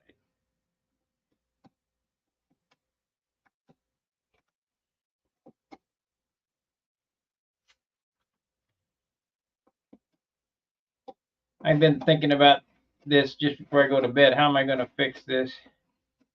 And I tried, you saw me today put extra coats of dope on it. It's just still not right. So we'll put some of this on it. Block sand it straight. It'll be perfect.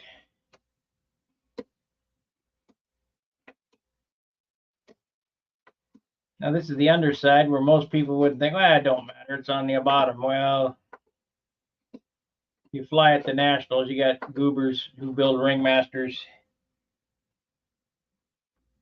looking at stuff like this. Jim Lynch would have really hammered me if I didn't fix this.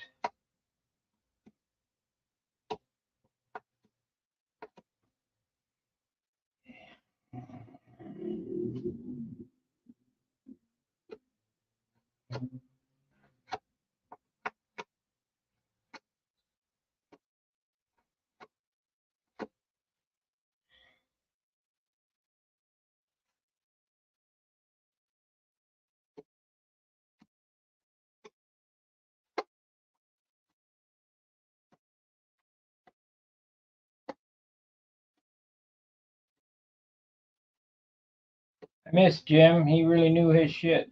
So does Charlie.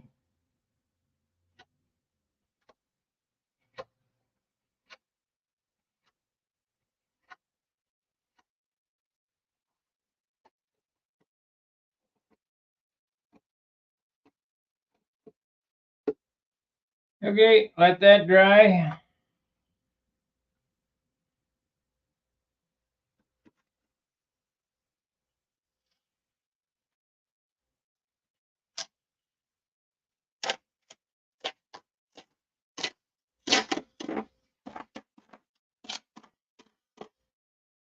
Now I will put this back on after this dries. Put a piece of tape on so I don't sand into the silk span. But what I don't want for the acryl to dry on the tape.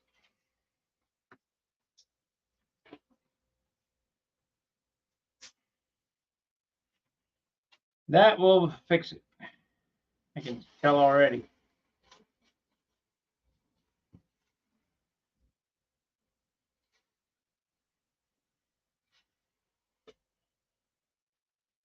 Got a bump right there. I might have to sand off and put a patch on.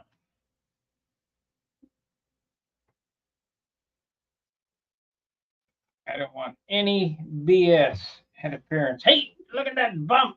These fucking guys.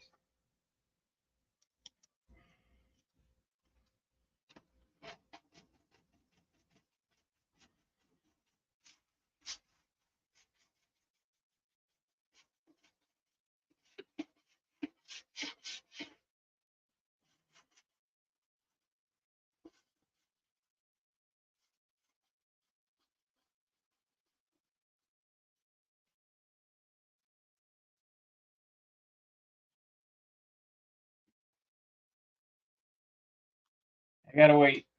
Gotta wait. There's like a piece of CA underneath the covering right there. It's just a bump the size of the head of a pin. I'm going to fix that is I'm going to get a block and I'm going to block sand that, and it'll probably sand right through, and we'll sand right down to the rib, and then I'll put a little patch right there.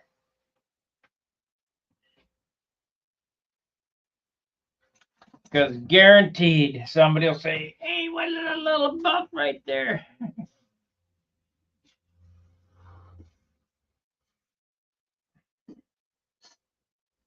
I've looked close at some of the top dog airplanes, and they're pretty damn nice. Like Howard Rush's airplane, pretty damn nice.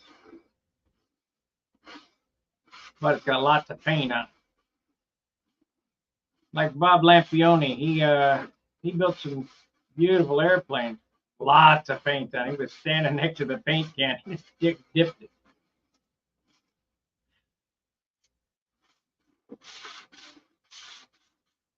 Windy, beautiful airplane. Lots of paint.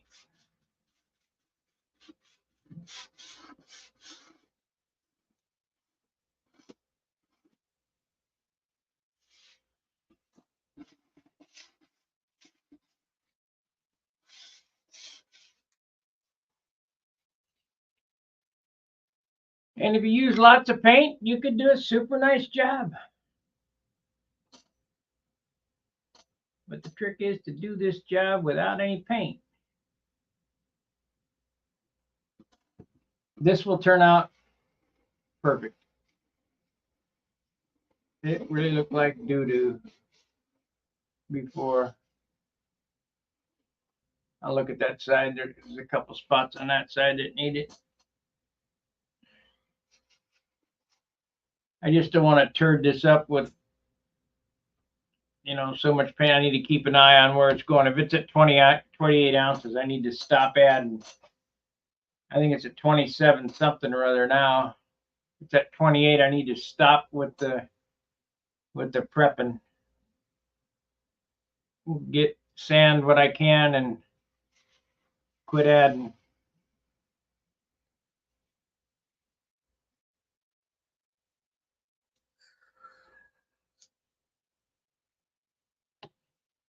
Because I really only got 3 ounces more to go before I have to abort the paint job.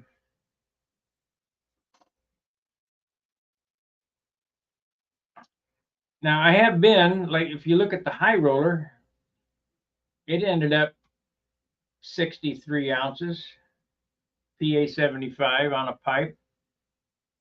But the way that I wanted to paint it, it would end up 70 ounces. I painted that over John's. I said, John, I got to change. I wanted to do a different paint scheme on it.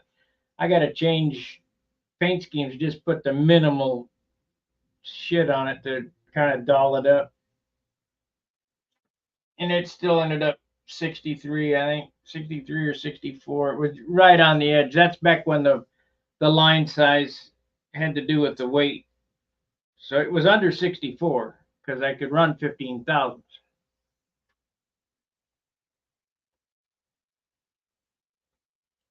But it did not matter. Them big block motors are a hindrance to the turn, as far as I'm concerned.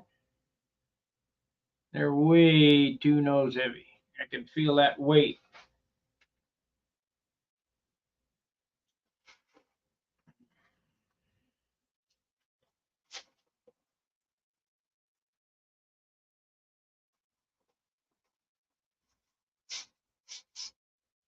Oh yeah, that'll be nice. That'll be perfect. It'll be perfect. Let's put another piece of tape on it, start sanding.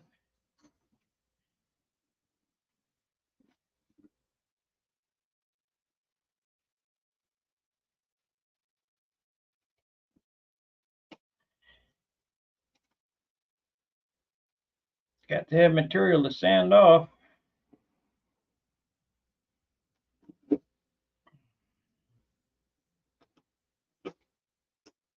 That is cheating, though, what I just did there.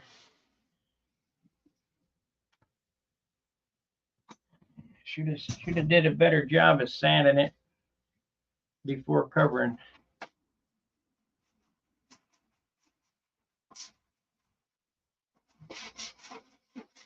We don't care as long as it's perfect when it's done.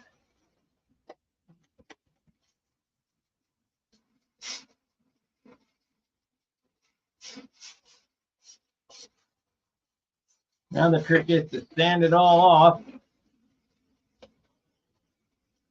so we're not adding any weight, just except for the low spot.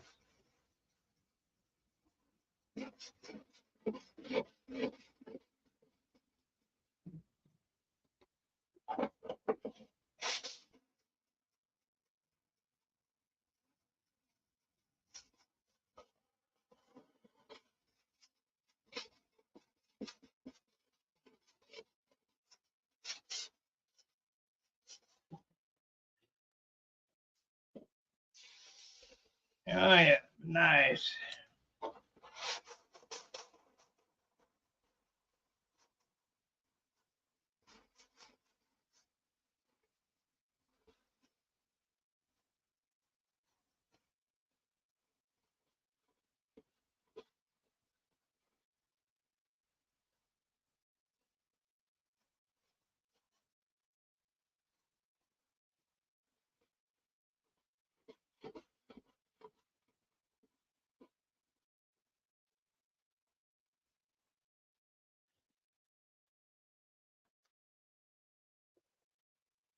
Oh, that's so much nicer. So much better. A little spot.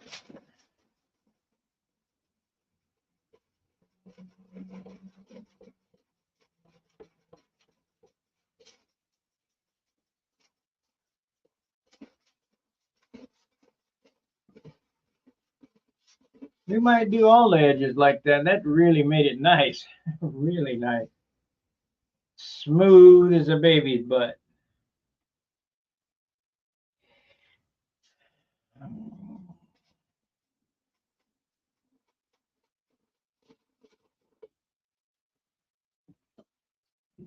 Yeah.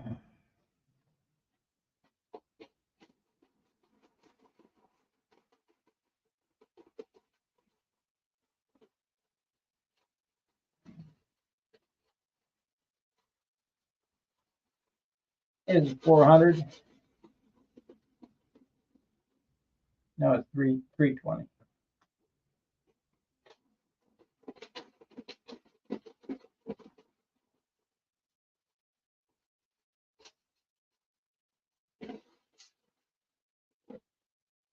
Time for a new piece of paper.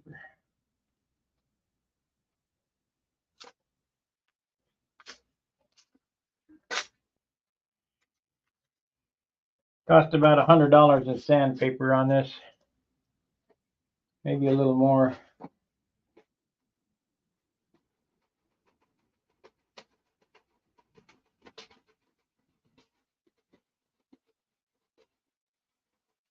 You can figure a paint job is going to run you $300.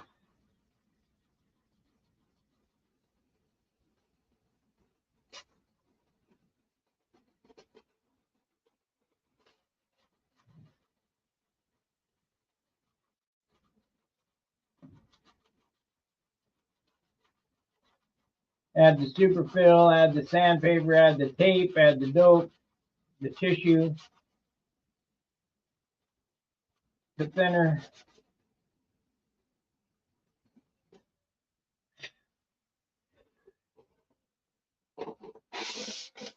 That's nice. A couple of spots.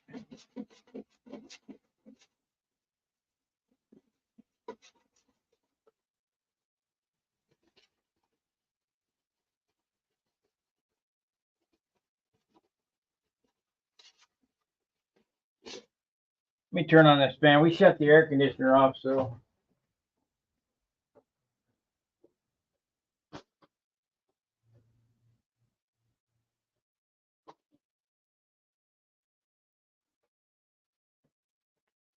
it ain't climate controlled in here no more. Might have to turn the air conditioner on when I spray the clear.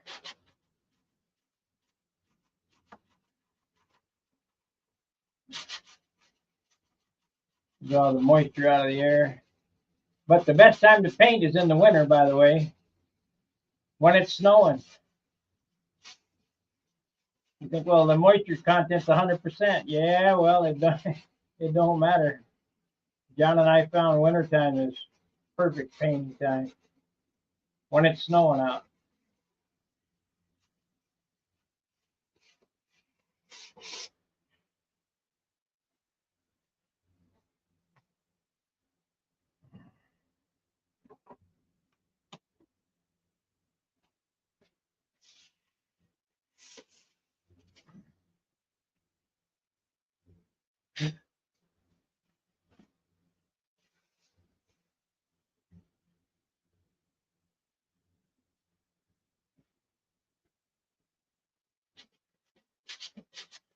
I'll get a weight on this and see where I'm at.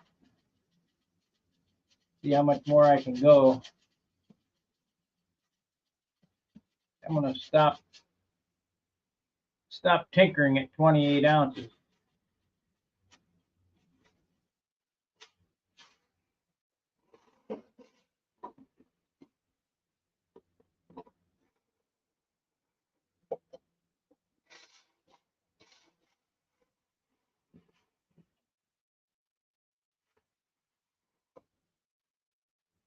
That was worth it. I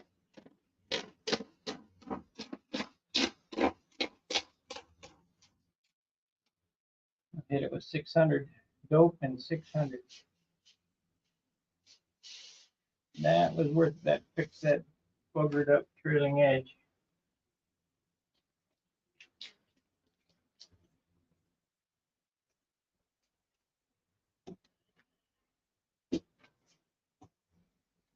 Yeah, a little bit. Should be shiny when I'm done.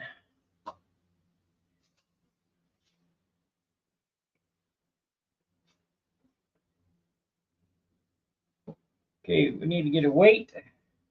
Get the cowl back on it. See. God, I hope we're not over the mark.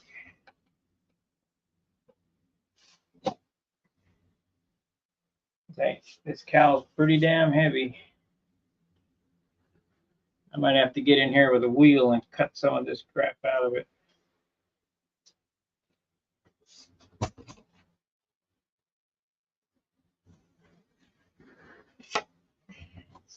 had the screw laying in one of these. There it is.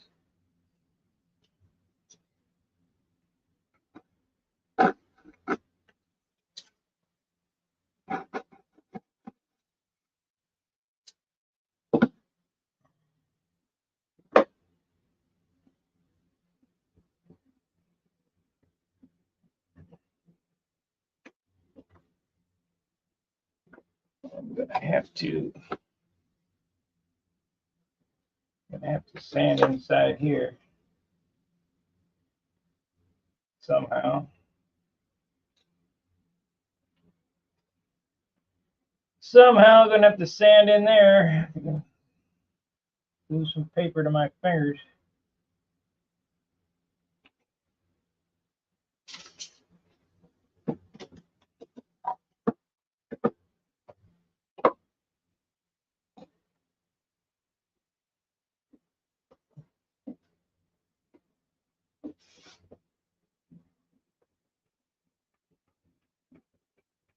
Okay, it's back to the weight that it when I started weighing for finish. Started at 24. Hopefully we don't have 4 ounces of finish on this yet. Don't know though. That would only leave 2 ounces left.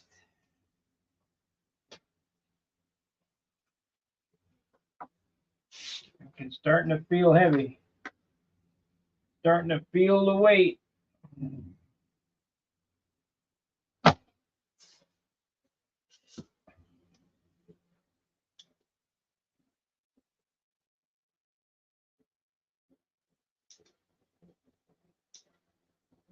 Ounces.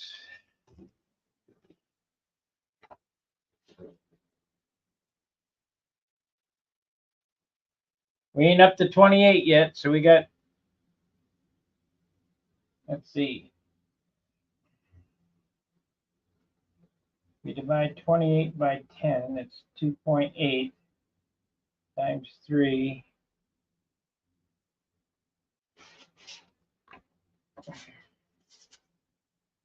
27.7. I'll tell you how much finish is on this right now.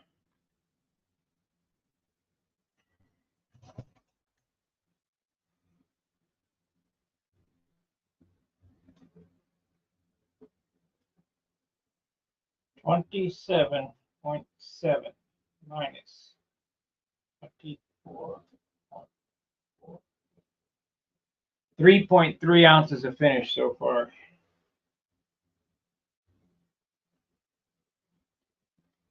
That includes everything. Paper, fillets, dope, Z-epoxy, everything. 3.3. The fiberglass on the nose too. I weighed it before glass on the nose.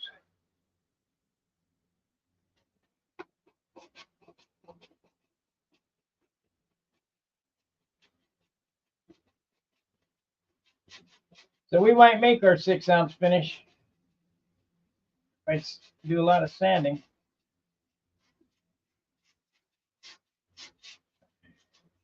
No more than 7 ounce. So let's say that we're at 31. Clear.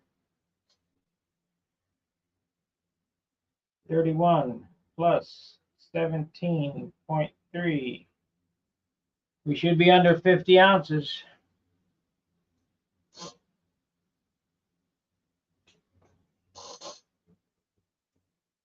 I just got a feeling we're just, these airplanes becomes a mystery.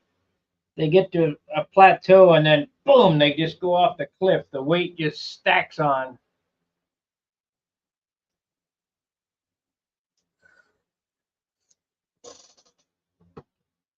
But as long as I watch everything pretty close, mode, tear, power. As long as I watch everything, you can only do what you can do.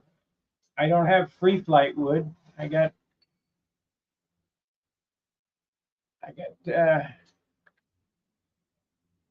late model crap wood.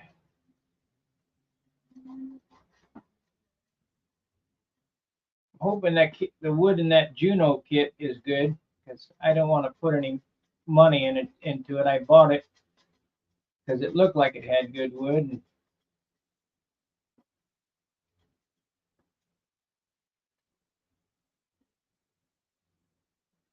Yes, ready to fly, 48, 49 ounces we're looking for. The other one turned out 52.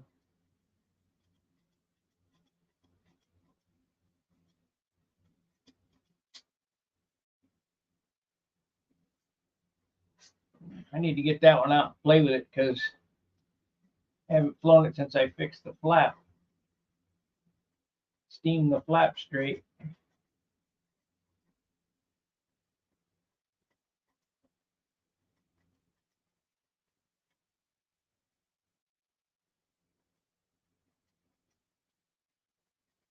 But even with a slight twist in the flap, it flew good. Just wasn't perfect.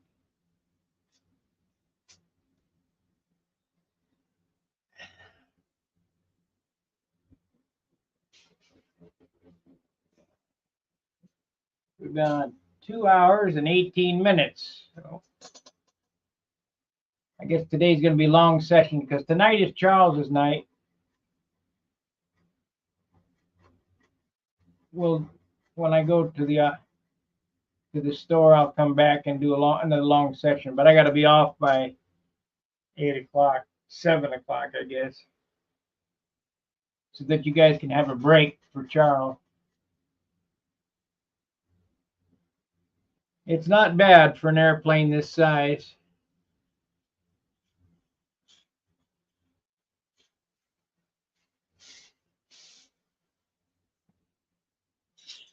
So here's the theory behind what's going to happen.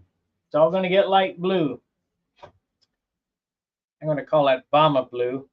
That Bomba blue will go on the nose with a scallop that points towards the canopy. So it's going to go whoop, whoop, whoop, whoop, like that. This will all be that Bomba dark blue. Same with the leading edge on the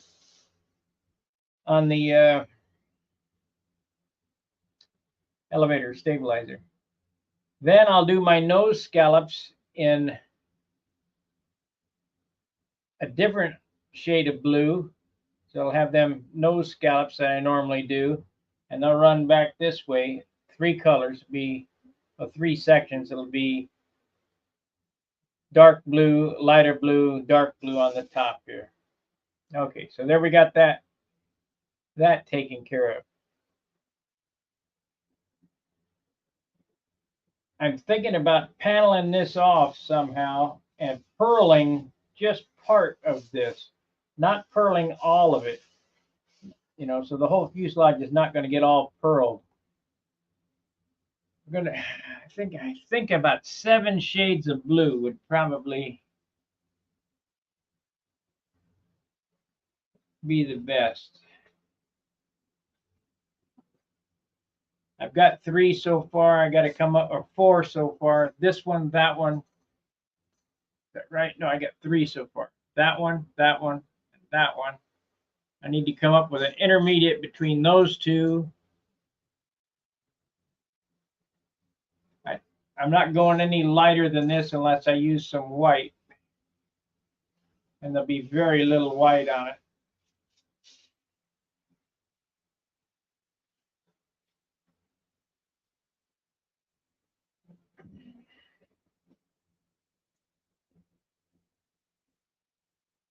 Very little white. I got too many white airplanes.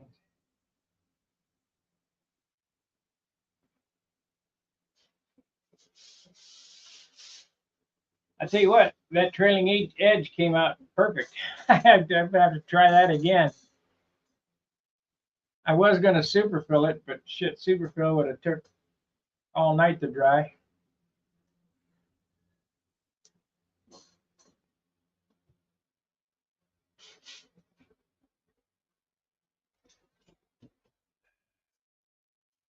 We got a little bit there. It needs sanding.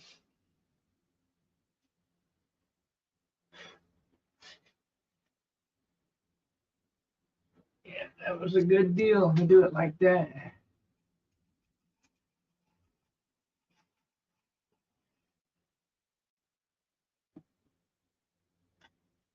I think I got a bugger going there where I cut the paper. Add a patch.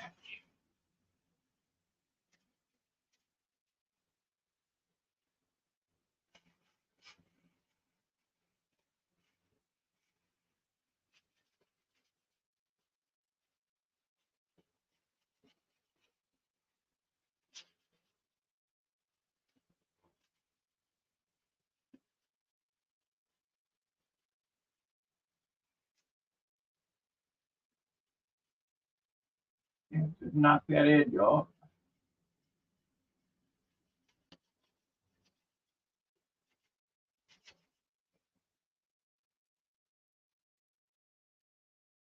Probably won't know until I put some soap on it. See what happens. Might need to repair a piece of silk span the whole length. Right here, you can see I cut the paper right there, right in that turn. So in order to fix that, I'll just take a small piece of tissue, about the size of a nickel or quarter, and put a patch on, just like I did right here, where I did the same thing. I cut right through, sanding too much on the corner, on the edge.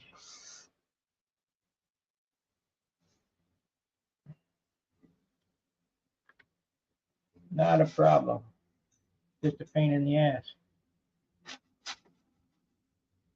No wonder why that was sanding with a 180. What the hell am I doing?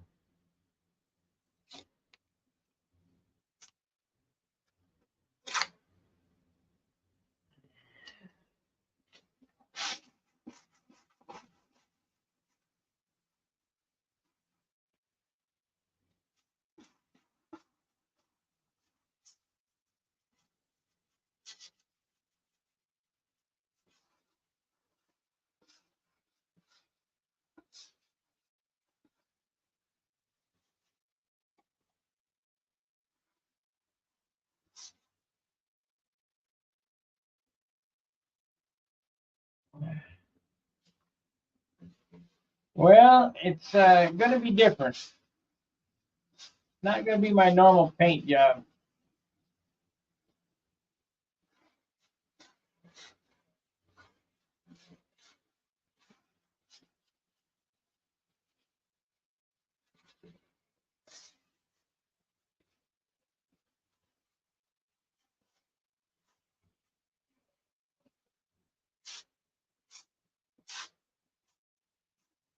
You have to look at the color wheel and see, because the opposite of blues are yellows and oranges.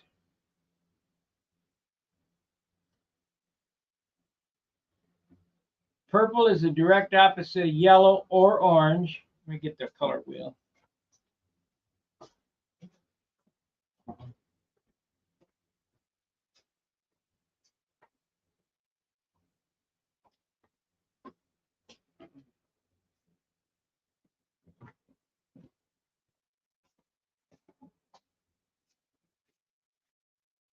I got a color wheel here. So the light blue, the direct opposite is an orange.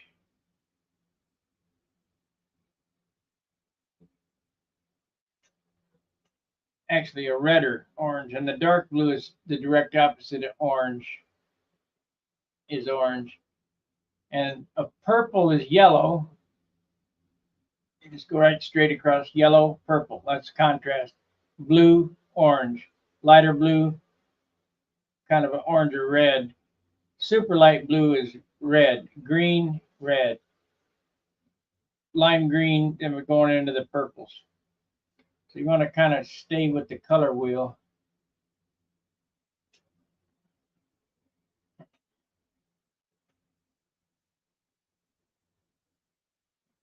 Got to think about it. That Bama blue opposite is orange.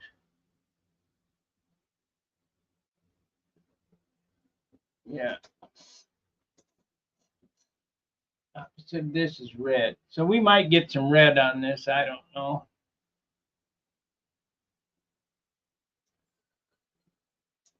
We might use my pearl green as the canopy.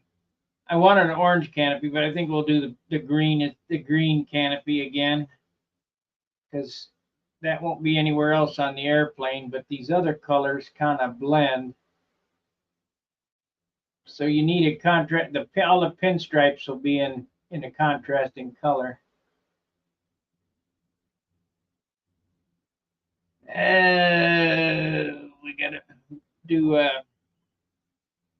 gonna do the lettering in gold leaf.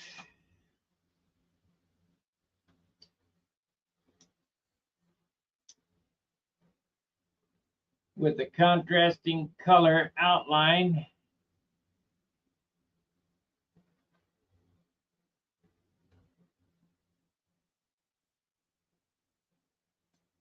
Well, this airplane's going to be monochromatic, meaning there'll be, I'm thinking 7 shades of blue, because I'm calling this airplane, it's a Viper, but I'm going to call it simply Blues. But I want to know what to stripe it with and what the canopy should be. So we want to stay on the blue side of the hues, you know, and then opposite for contrasting colors.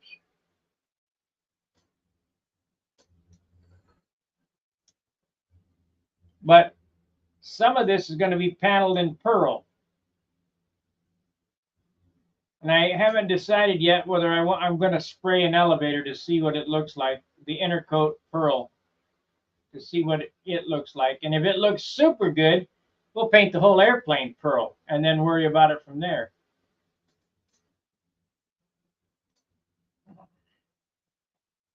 The only problem with that is it will be impossible to repair. Impossible. You have to paint a different color. If it gets a hole in it, it has to be a patch panel on it, and you know, because you'll never get it to match. That is the nice thing with staying with standard colors, that you can repair it. So I might think that through too.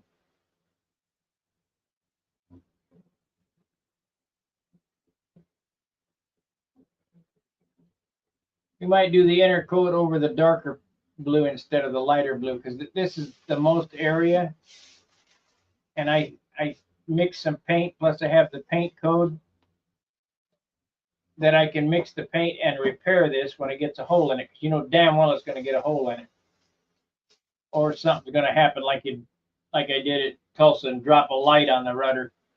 You're going to have to repair it. So I might leave this light blue and do the darker blue with the pearl coating on it, because I can always, because that's a lesser area,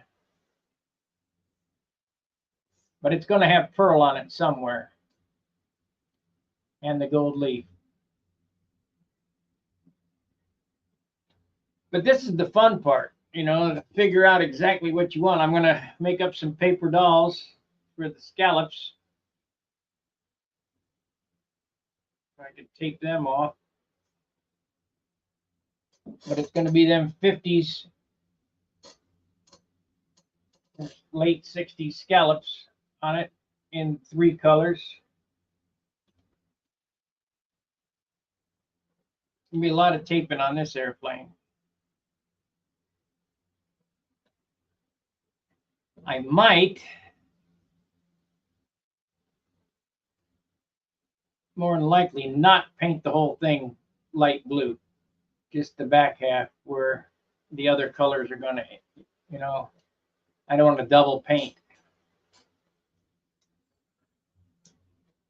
So paint the back half in this here and leave all this like it is here, and then paint the darker blue on it. I don't know. I just don't want to add a bunch of weight. We'll see how it covers when I do this base coat. If it covers real good in the base, then I won't paint the paint up on there. If it doesn't, well, we'll just paint the whole thing light blue and pray that it don't go overweight.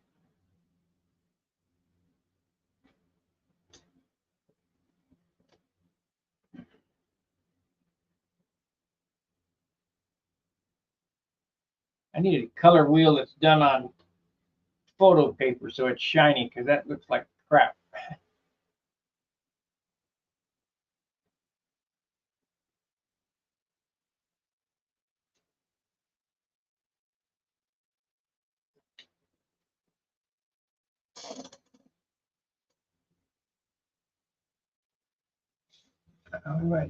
We might do an insignia blue on the nose, and then that followed by Bama.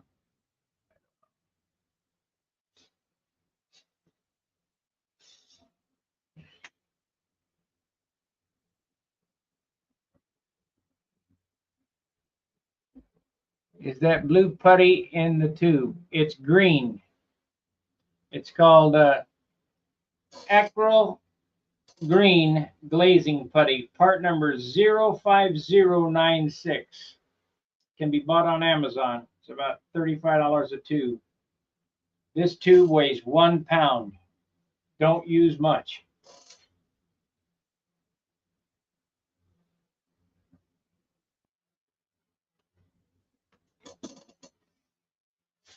Well, I think we're going to end it here, and I'm going to get my shoes on and drive over to AutoZone. And by the time I get there, she'll probably call me.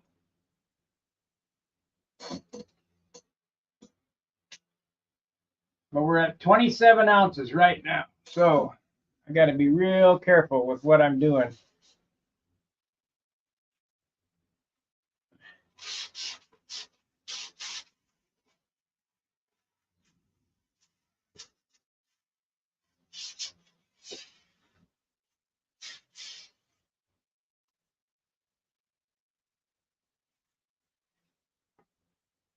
Real careful.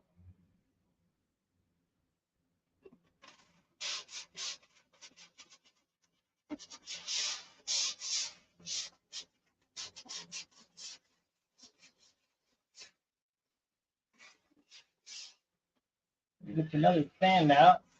I really want to do it 600, but this is 400. Oh, this is 320 here. I need to get some more paint, maybe some tissue right there. It's got a hard spot.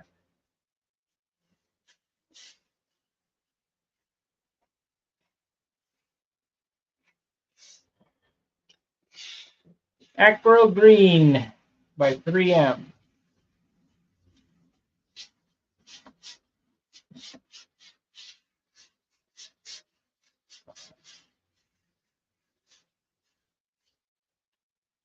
Let's switch to 400. At least that's closer to 6.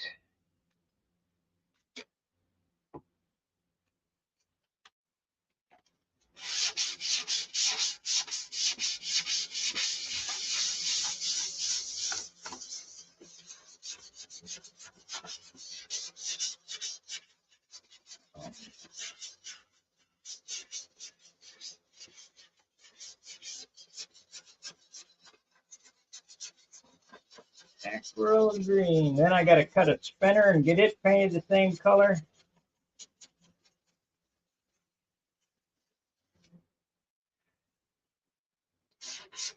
I'm going to do a little reshape on this spinner too. Where is that thing? Let me show you something. Here it is.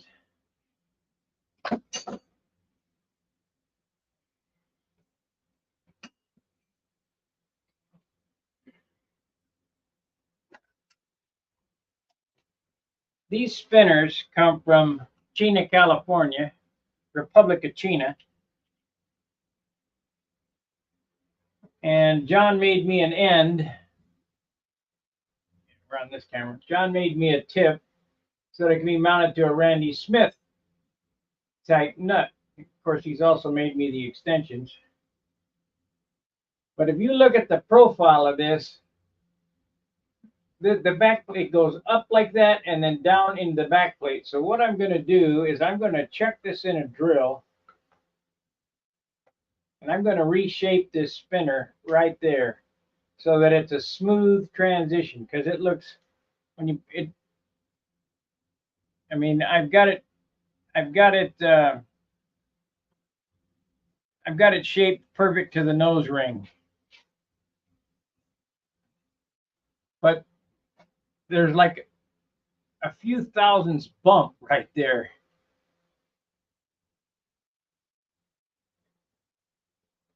Let me get my calipers.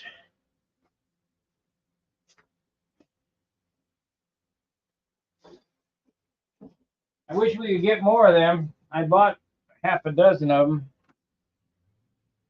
but they came from Tower Hobbies. All right, so this here, let's see.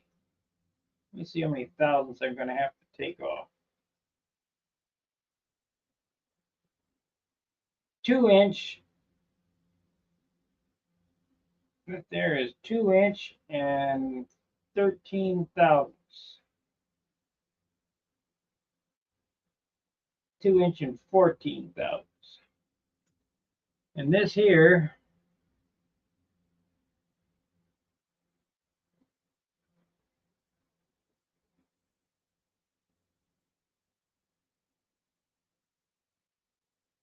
ain't much.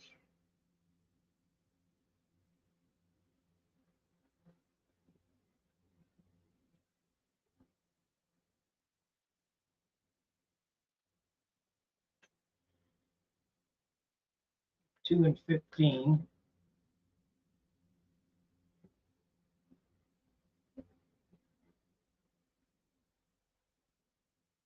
Two and 15 and 2 and 10. So it's about 5 thousandths difference.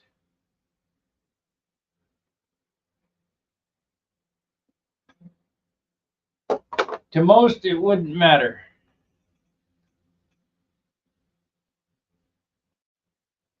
One is 2 and 15, the other one is 2. What did I say? It was 2 and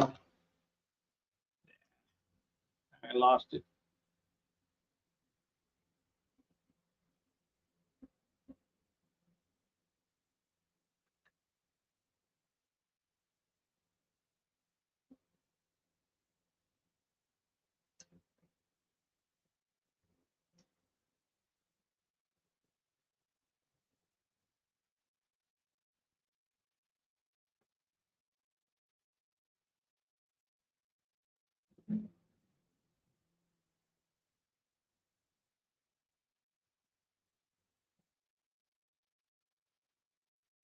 Actually, one is 2 and 10, 2 and 10 thousandths, and the other is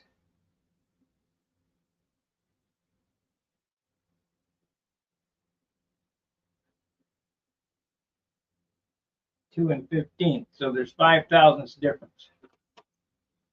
And like I say, to most it wouldn't matter, but I can see that and it just aggravates me to death. Why didn't they make that perfect? And it's not concentric. I see that it's flush here and sticking up over here. So my idea is to bolt this all together in a drill and just take some sandpaper and sand that, because we're going to paint this carbon spinner anyway. Sand that till it's perfect. And then paint it. Supposedly these are carbon. I think they're just plastic with some carbon decals on it.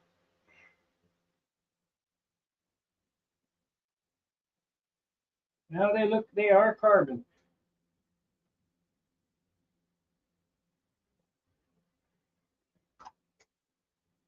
But that'll look much better with that bump sanded out of that. It's only 5 thousandths, but it sure.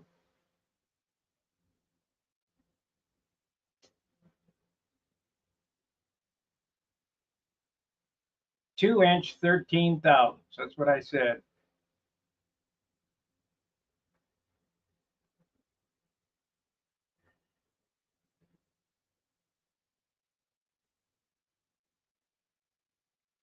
Two-inch, 13 thousandths. 2-inch, 15 thousandths.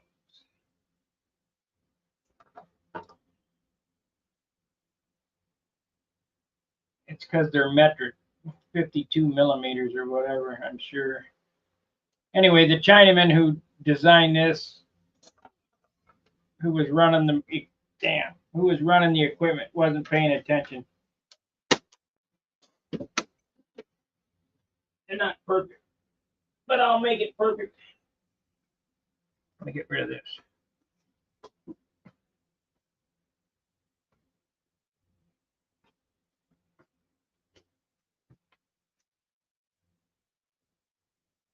Yeah, if I wanted to sit and file it like that, it would be.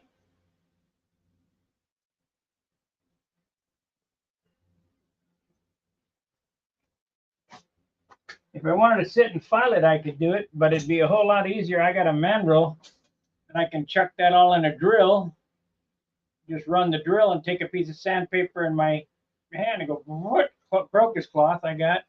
Just go, what, and sand it right till it's the right shape. We're going to paint it anyway, so.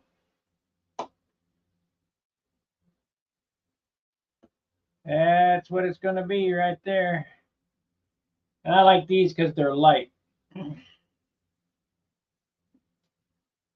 They're not as light as Medusa, but they are light power.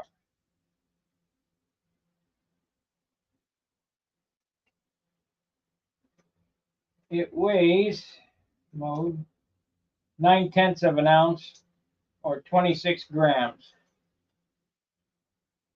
This part on a Medusa weighs 7 grams. Let's see what this weighs.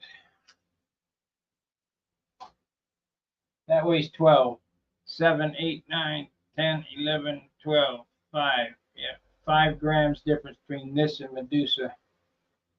Spinner nuts are all the same. And the back plates, I can take a little out of the back plate by opening this up. But you don't want to do that until you find out where it balances.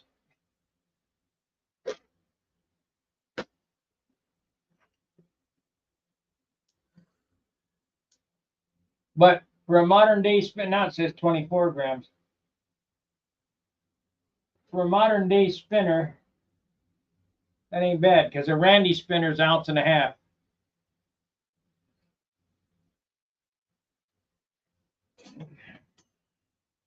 It's kind of like these tanks.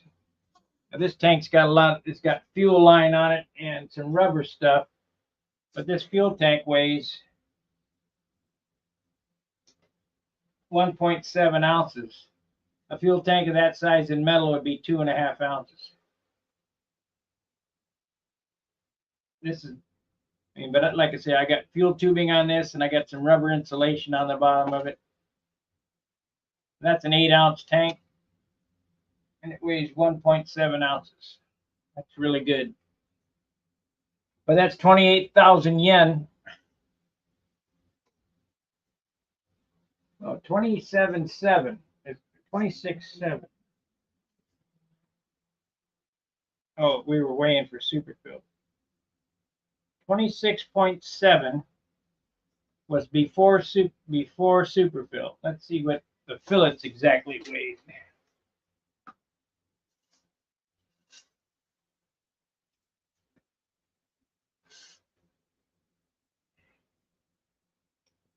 Mode.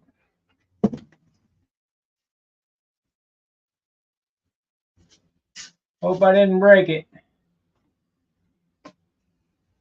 Ah, tail wheel.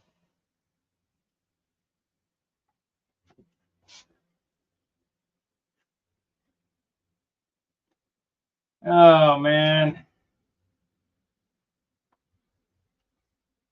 we're gonna have to cut that open. I got a tail wheel repair. Shit.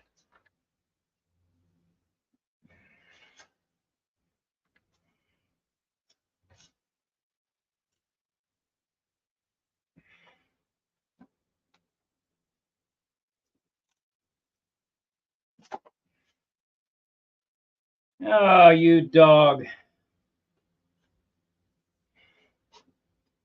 Always something.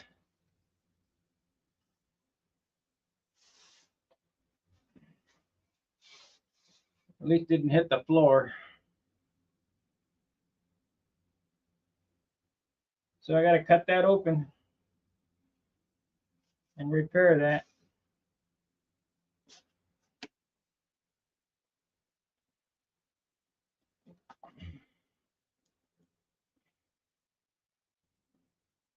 Well, that really screwed it up.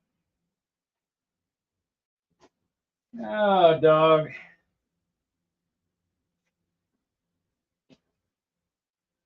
We're gonna have to cut there, there, and across.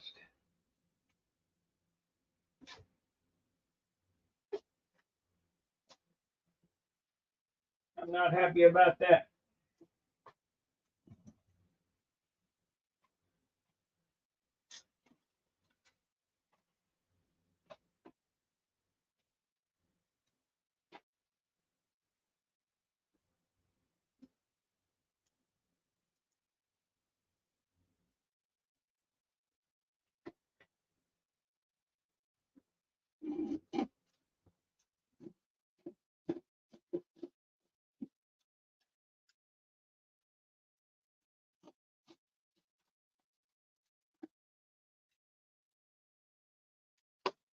I am not happy about that.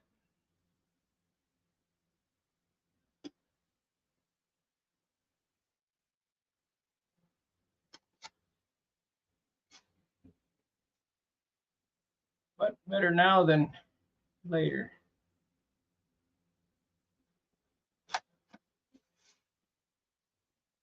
See what happened inside here.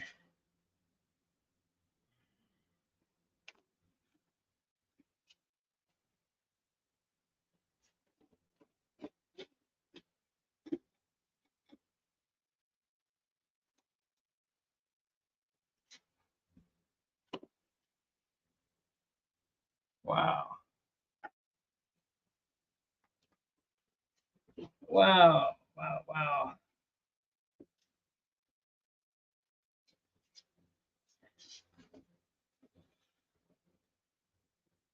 Yeah, didn't break that. It just broke the wire, it looks like. So in order to fix that, how am I going to have to grab that? I'm going to have to load some epoxy in there.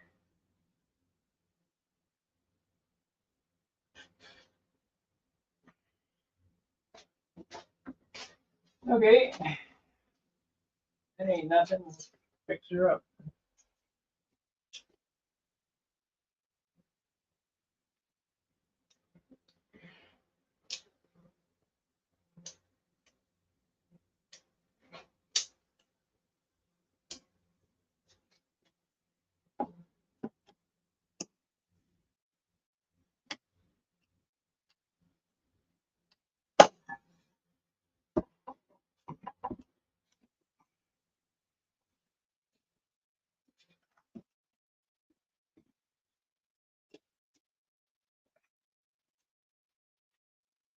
Do some more.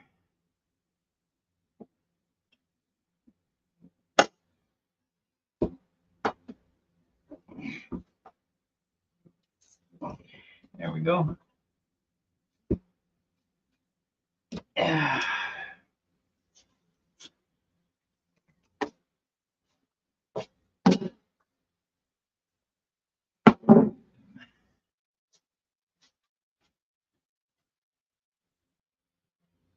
That broke the piss out of it. How does that go back together? That line. Oh, these are those sticks I pushed down in there. No big deal.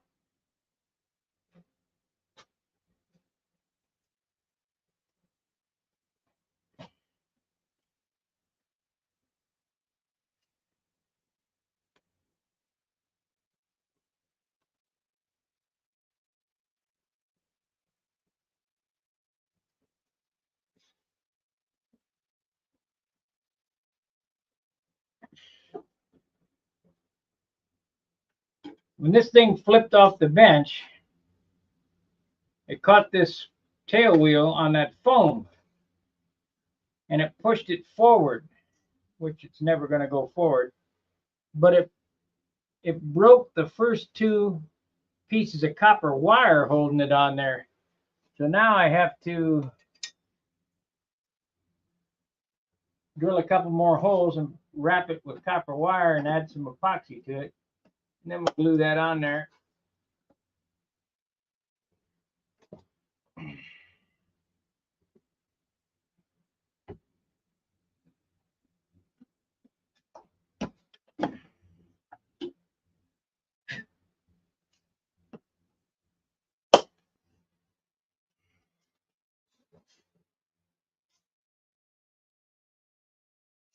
Get down in there, quit flipping around. Yeah, there it is.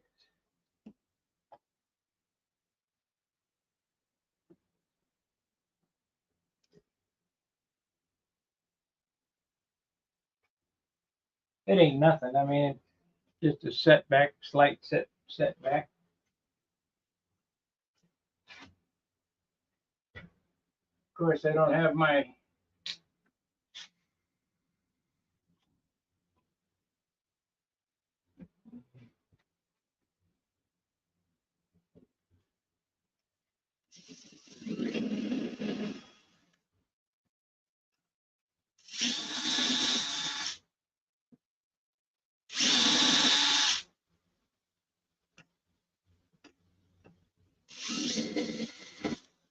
it might be tricky, but we'll figure it out.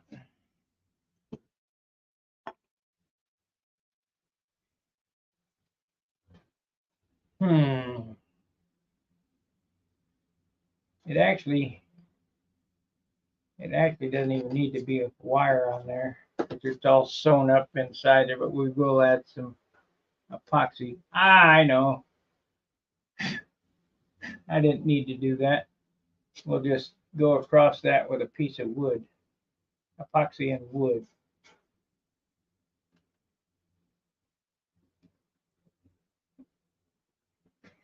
Can't believe it broke the wire. Because there's going to be absolutely no way to get that wire up through the bottom. I don't believe. I know. I got it. We'll go.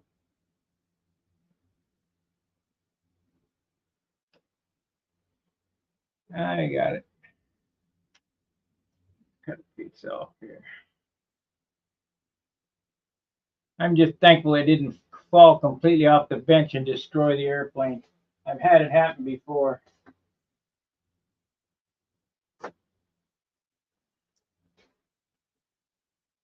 And matter of fact, it was a Viper too. Right before the Nats, I sold it to Jerry. I told him I glued it back together.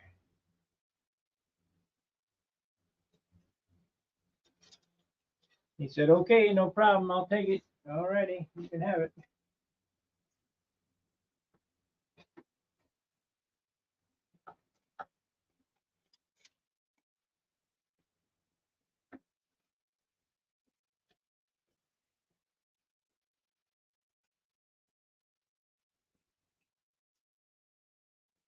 I got it figured out.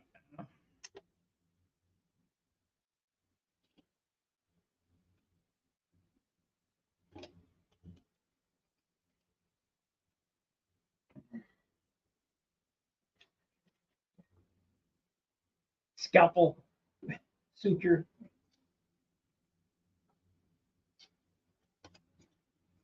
Like operating on a heart surgery.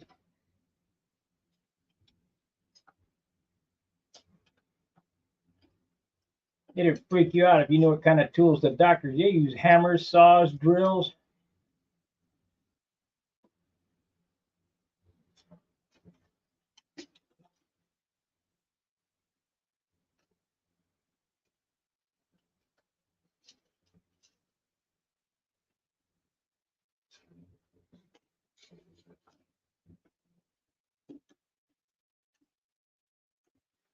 I had it so nice too.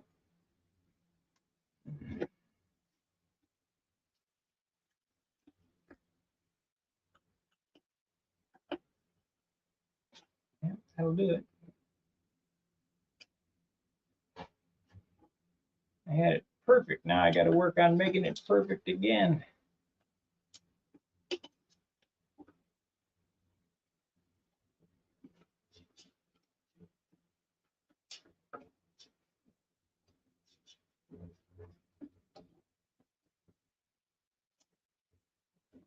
Come on.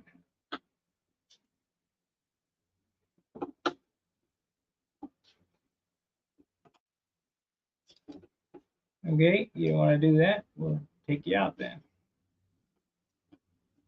won't do that. I'll do it with this end longer.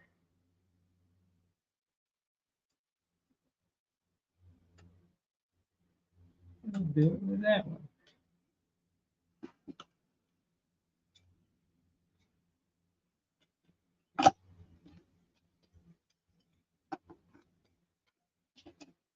Hard to believe it broke that wire, but it did.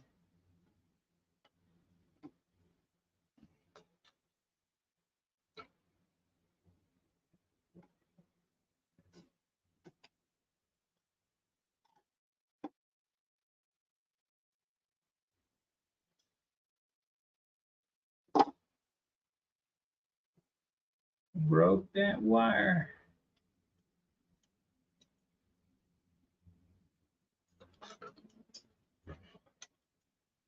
Come on now.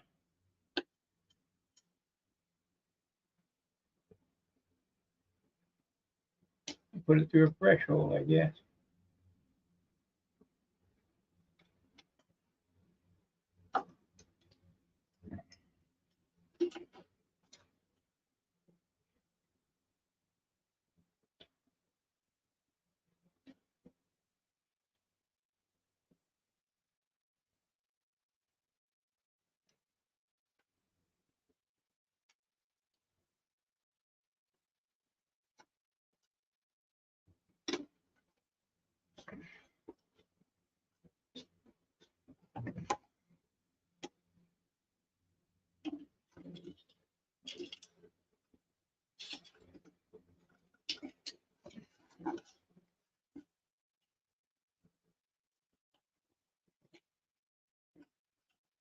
Never had that happen before. Always a first.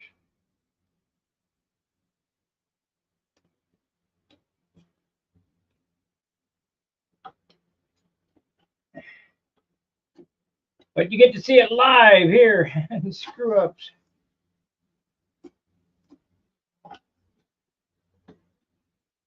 Yeah, that'll do it.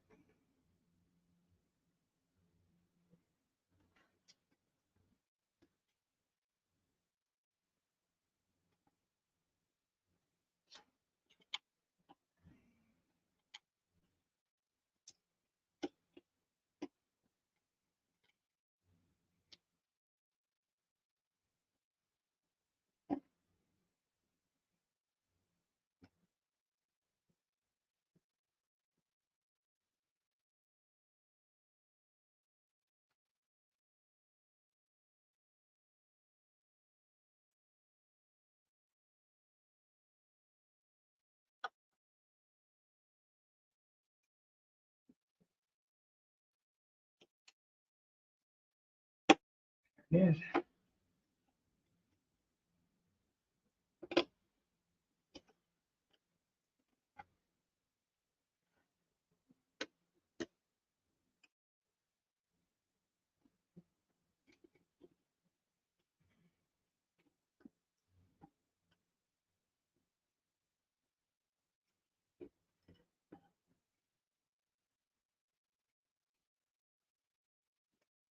Okie dokie.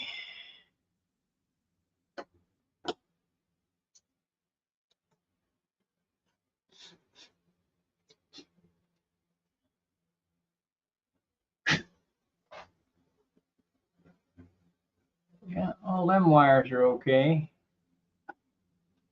Just broke the last two bands off of it. We're gonna need to bend that straight.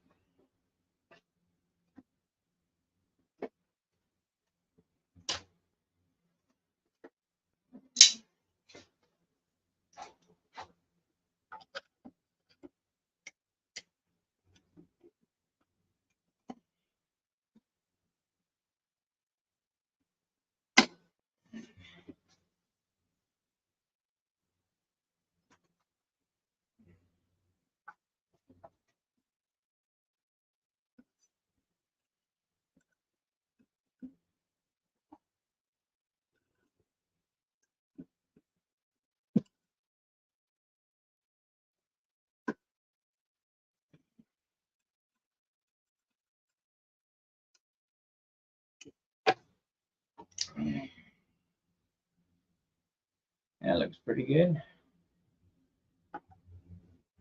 Okay, we need a piece of wood to go in there. What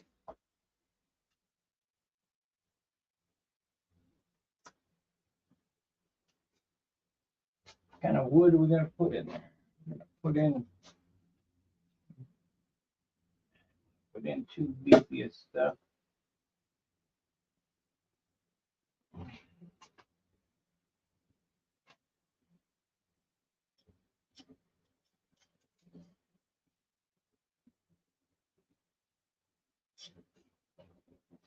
I guess we'll use that.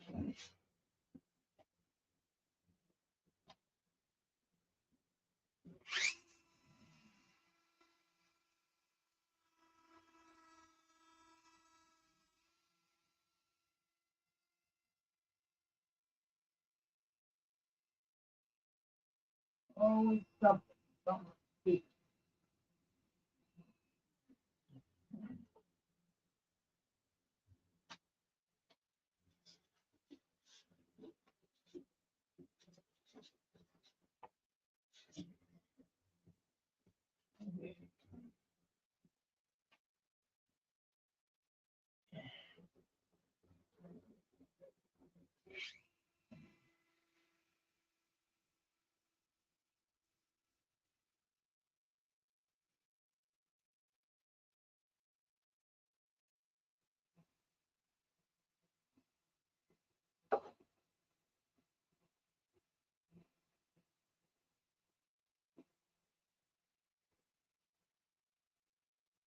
That's it right there.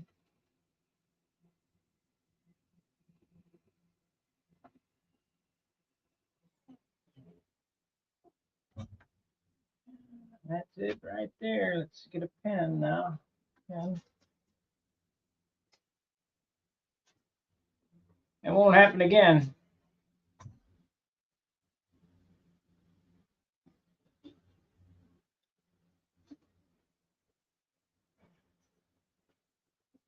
So that is 3/32. So got a 3/32 of an inch less.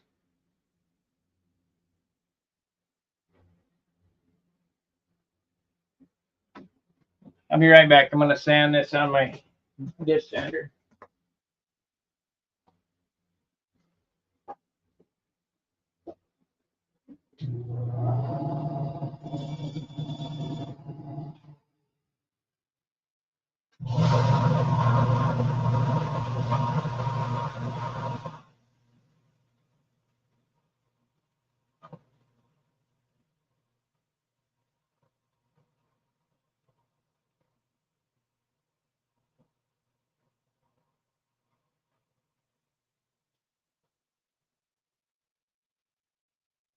Okay, what happened was this thing fell off the scale. It caught this on the edge of this foam, and I caught it. But it moved the tail wheel forward, and it broke the first two wires on that platform. So I rebound it with some wire. I'm going to take this block right here, and we're going to set it into the epoxy. We're going to need to take them edges off. And when I put this skin back on, it's got a big hole in it. It will probably work, so no, I need to take the edges off of it. It will be held on to the bottom of this. It will never come off again. That'll never happen again. Well, can't say never because you don't know how hard you're going to push it.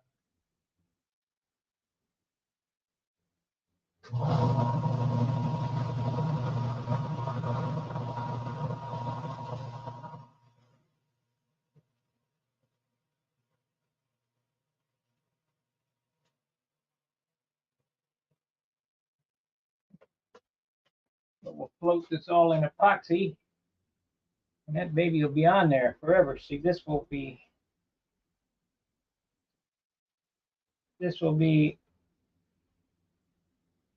up against the skin.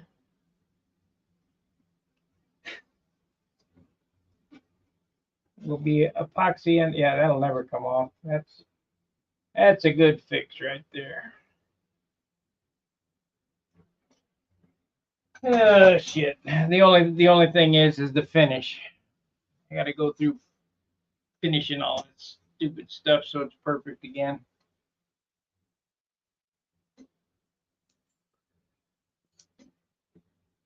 I'll have to glue that on with white glue so it doesn't leave a hard edge on it.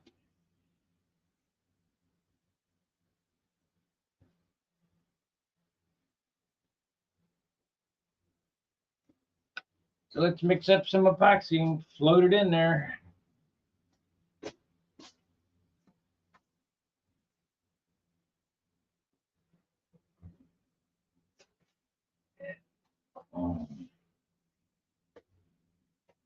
Some epoxy. Stupid shit. Get out my sanctioned AMA epoxy mixing tool. The only thing that the magazine is good for. Total crapola. Just an ad book.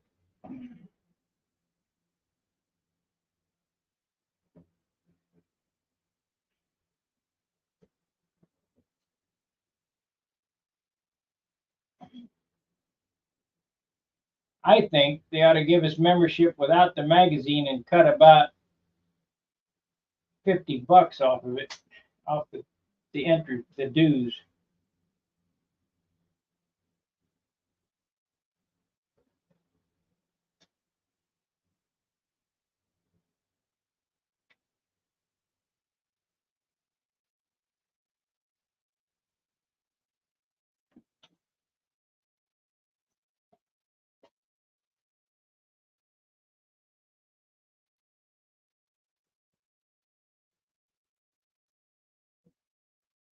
What say you?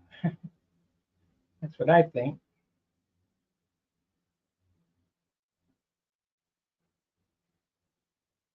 Yeah, this is a good fix here. Really good.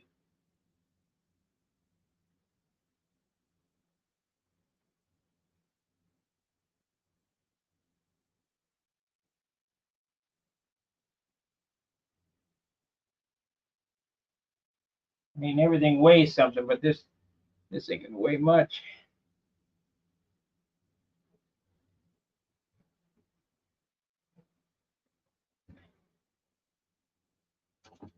Perfect. Perfect.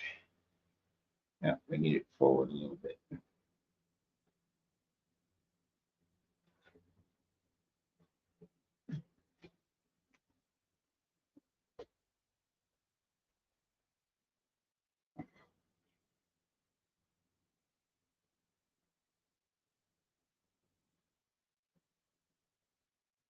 Not as good as nothing, but better than most. Would have been nicer not to have to do this.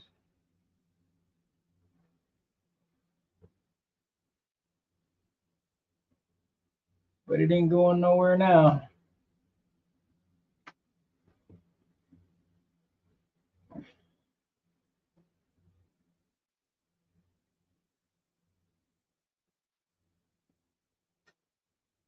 From time to time, I use my tail wheel to launch with a stooge. I certainly don't want that ripping out.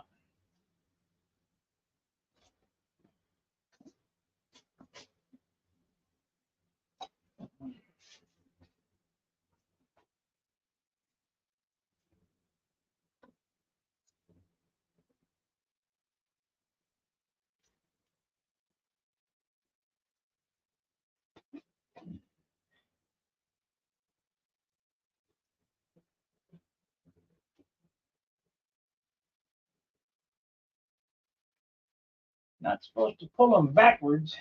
Shit.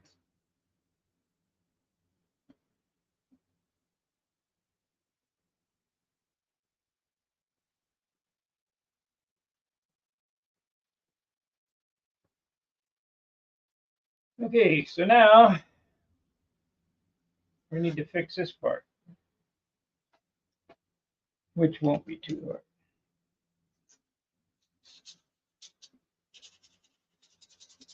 Won't be too hard, just a pain in the ass, but I gotta do it.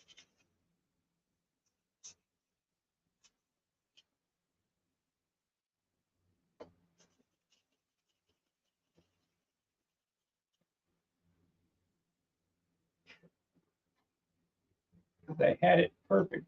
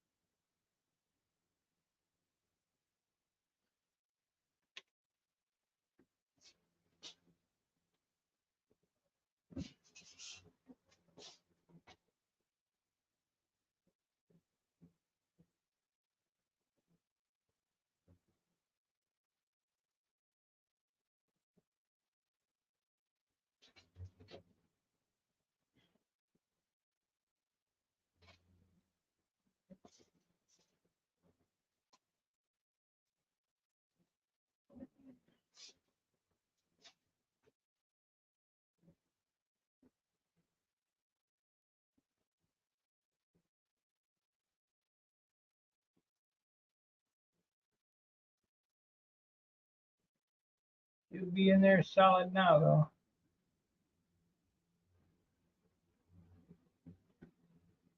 Guess I could do it on this door here.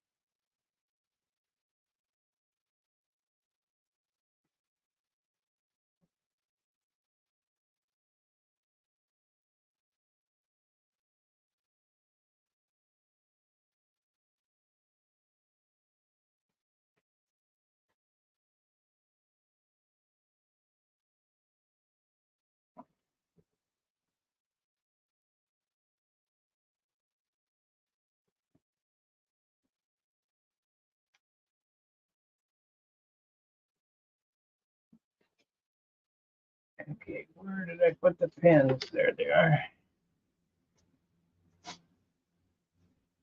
Magazine ain't worth a damn. It's an ad book. I cut them up and use them as epoxy mixing tools.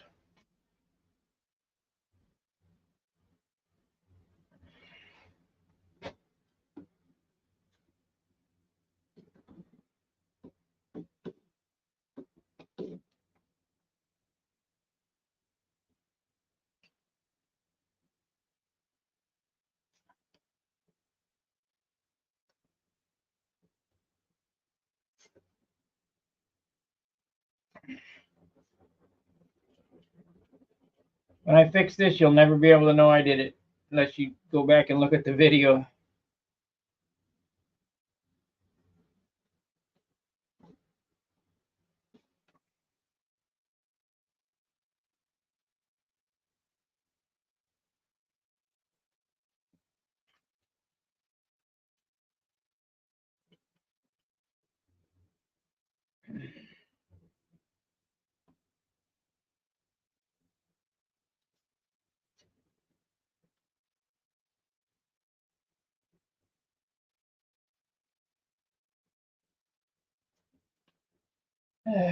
Crapola.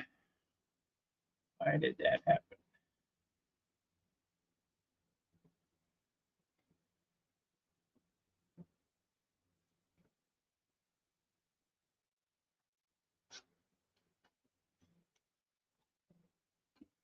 Okay, that's that part. Now we need to plug that hole.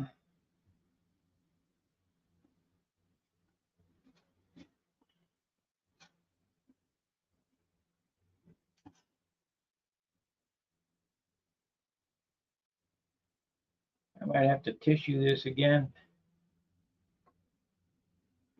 just to get it to disappear.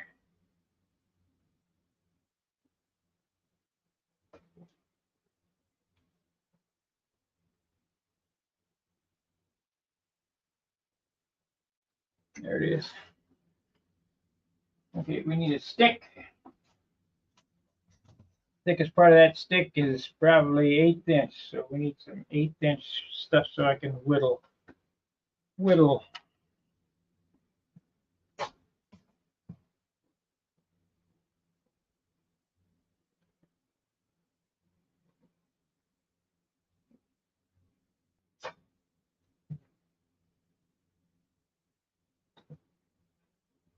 Basswood. There we go. We got whittling stock. So we need a piece about that long.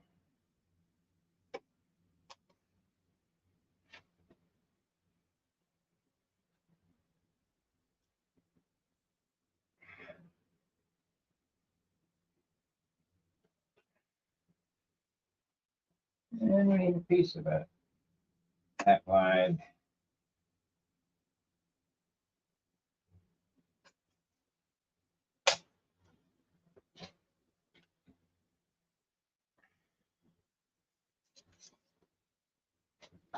And I had this perfect. Why the heck did that happen? Just to piss me off. So I need a piece about that wide.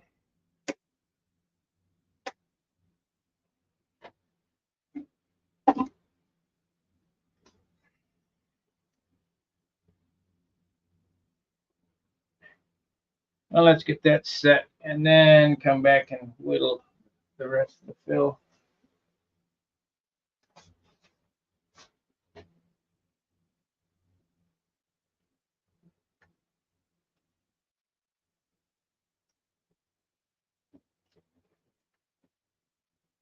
Okay.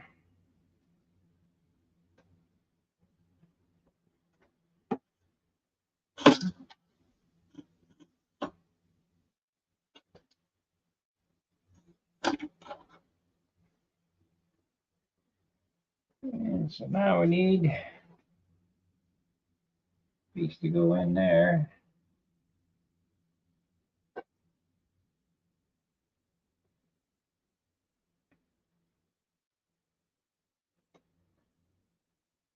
A lot of times I use RC pushrod exits on there.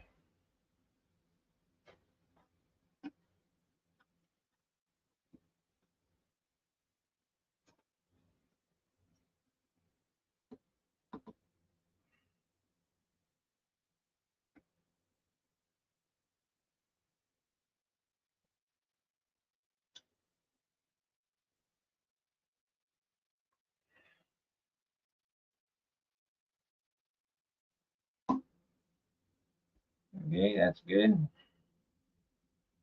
Now, it looks like this thing bent around. No, I'll just take this little sliver. No, we need to cut that out. It's going to be low.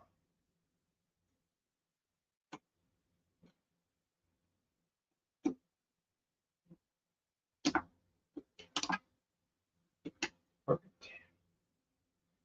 So it's going to be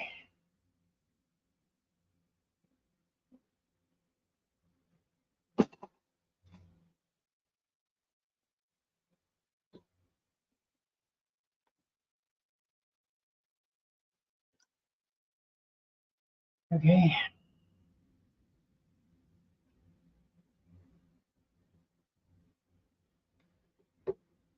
One last piece and we'll have her done.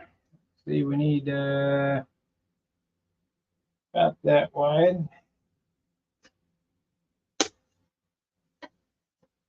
Need to whittle it this way.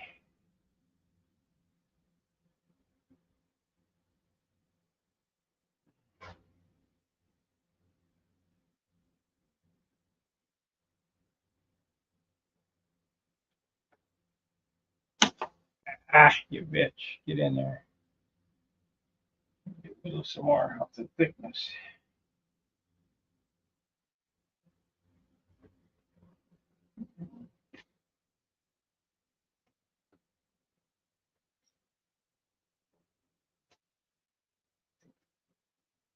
Oh, it's not going to go down any farther because there's that hard block in there. That's right.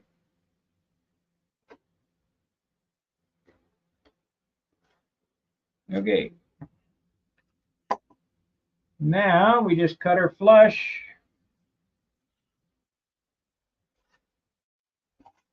It's already dry. That's good.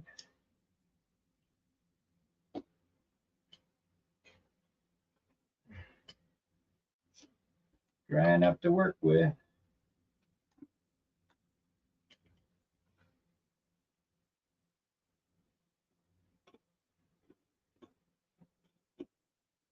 Yet again, you guys get to see another screw up and repair.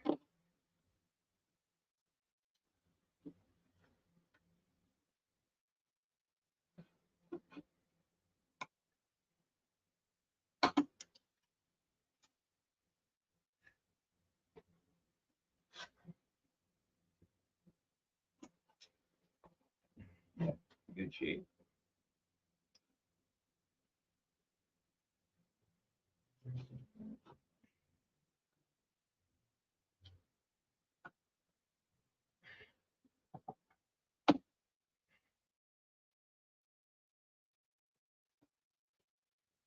We need to glue that.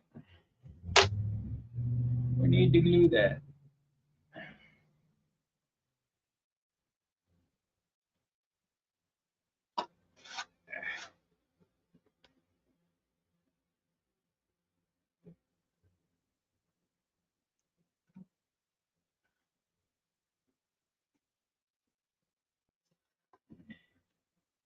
Damn. Let's grip down the side.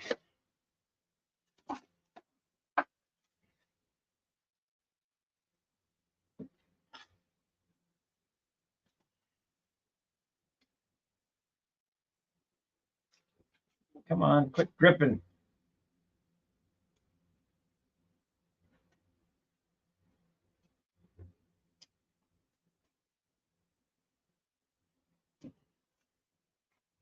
Yeah, we're gonna have to wait till it dries because it's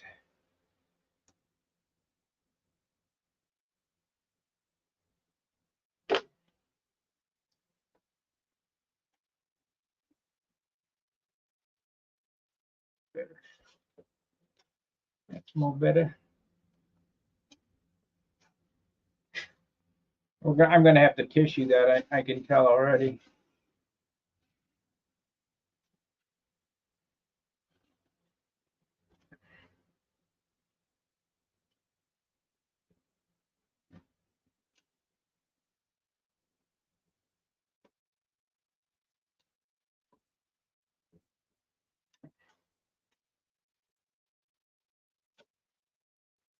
Let it go. Wait for it to dry.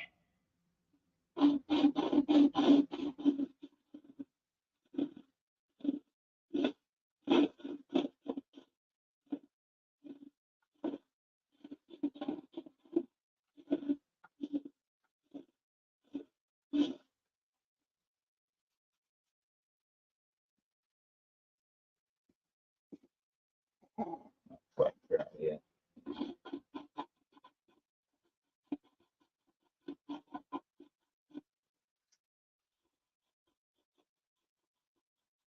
I wish there was a kicker for white glue.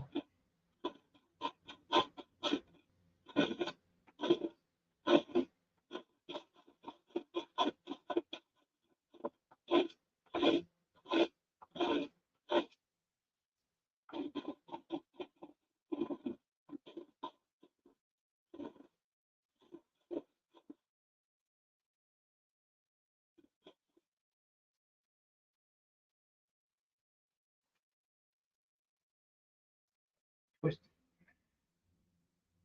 Have to grab it with the pliers there and twist it.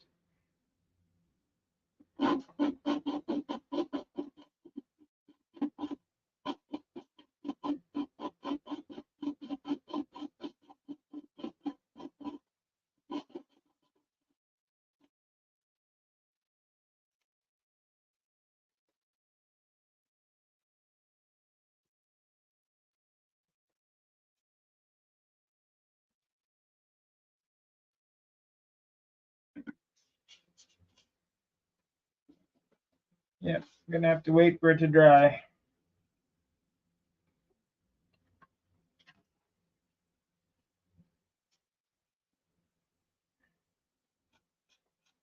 But I want you to notice that happened and I didn't miss a beat. And you shouldn't either. It happened. Think about it for a second. Pick up and carry on. There's no changing it, so I've seen guys football their airplanes across the room. I never was into that. It's been a while since I've seen that, like 50 years. But I never could figure out, shit, now you made 10 times more work than you had before.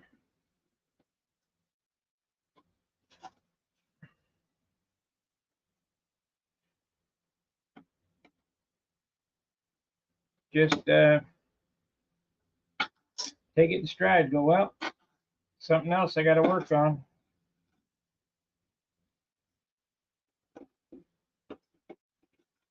And at least it didn't happen when a finish was on it. It's the primer stage now. We can fix it and you'll never see it. But if I'd have had pearl on it or something, it'd have been screwed. So we'll let that dry. I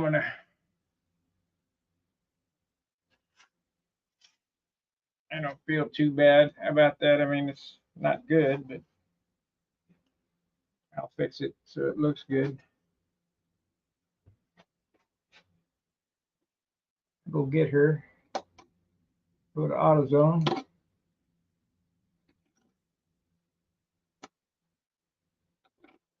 When I come back, that'll all be dry, and we'll sand that, and I'll go ahead and put a tissue patch over it. Get it blocked in real good.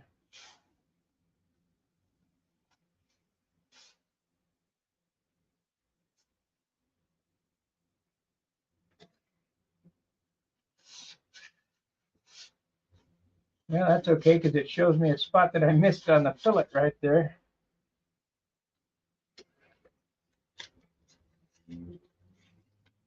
Be able to fix that while we're doing it.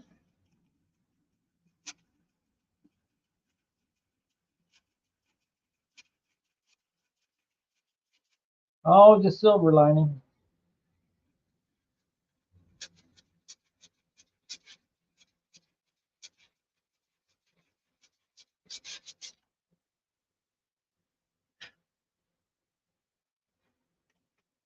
Would have been a disaster if it would have fell off, though. I'd have been pissed off because I'd have had to start again.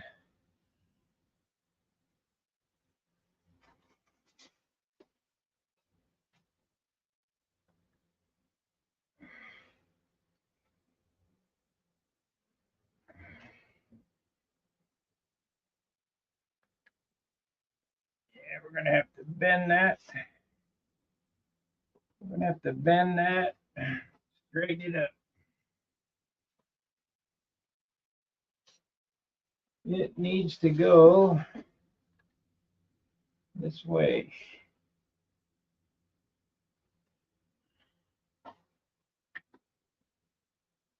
This is dangerous, what I'm getting ready to do. Might have just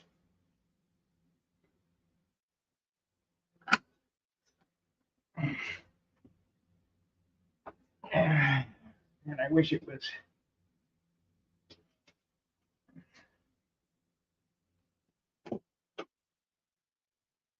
drill rod instead of music wire.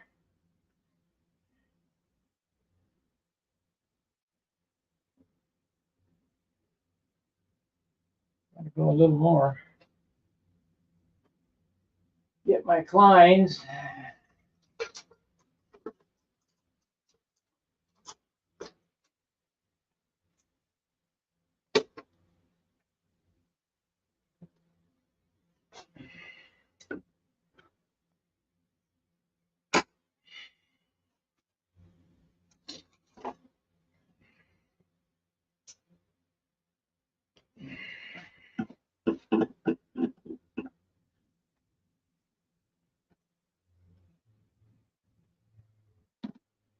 There we go.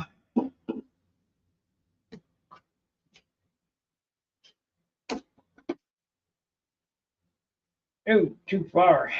Shit.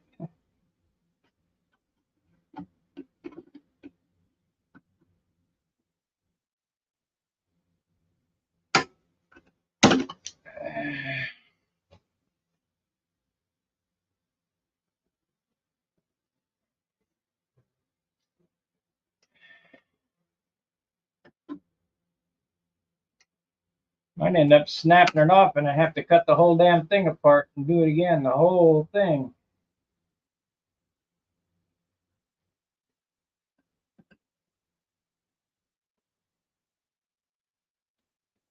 Take my ring off. Feeling I'm going to dent something.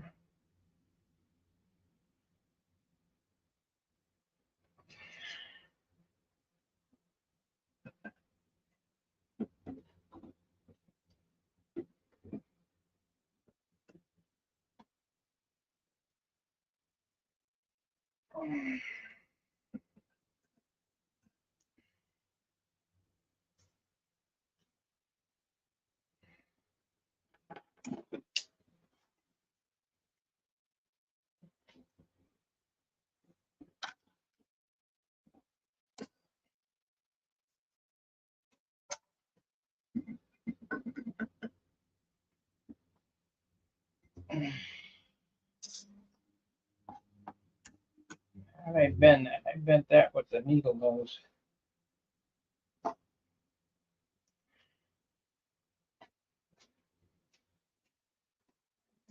Bend it with these. Use this.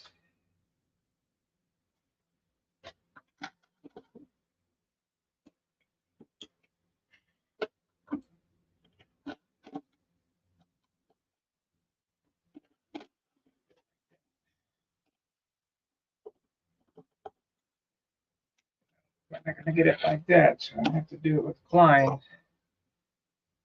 Or vice grips. One. Well, it's close.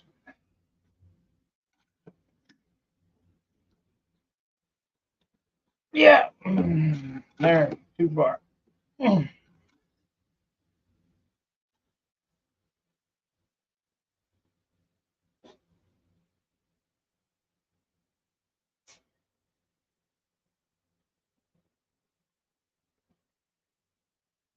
It'll have to do. Let's see. Now we got, in order to, the outside is flat, the inside is curved, so that means that this needs to go that way.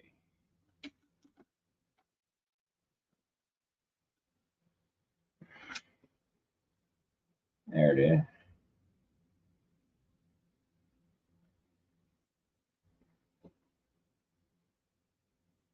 That'll do it.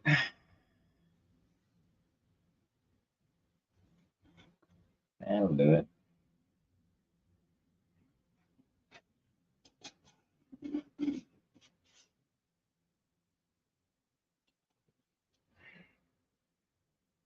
We got 13 watchers. What are you guys, into torture or what?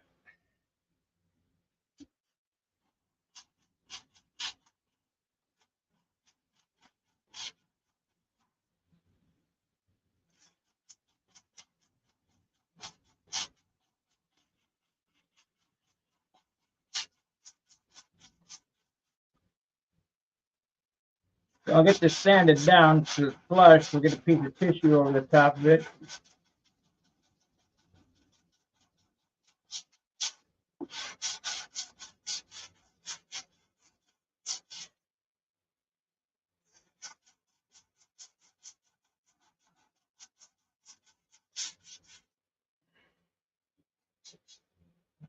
Good. Feels pretty good.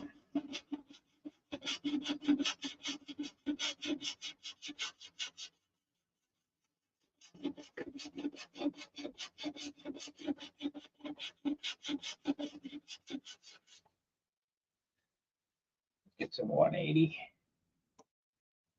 Take it too long with 320.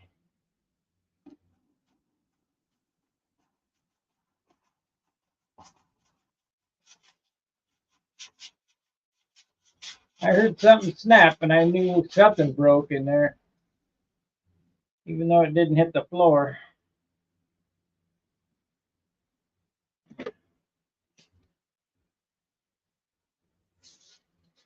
Can't believe it popped them wires though, like that. Should have had the Kevlar on it.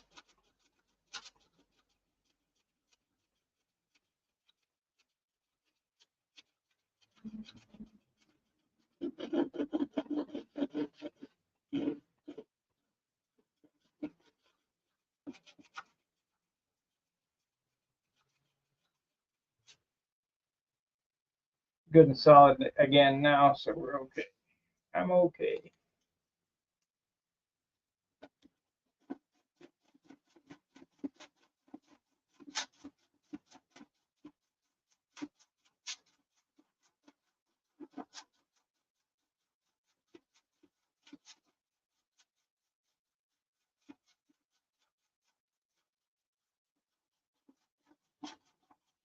More weight.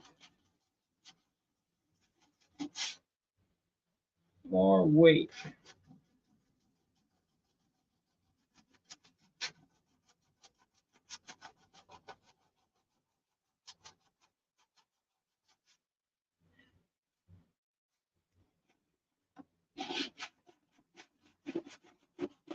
Can't believe she hasn't called me yet.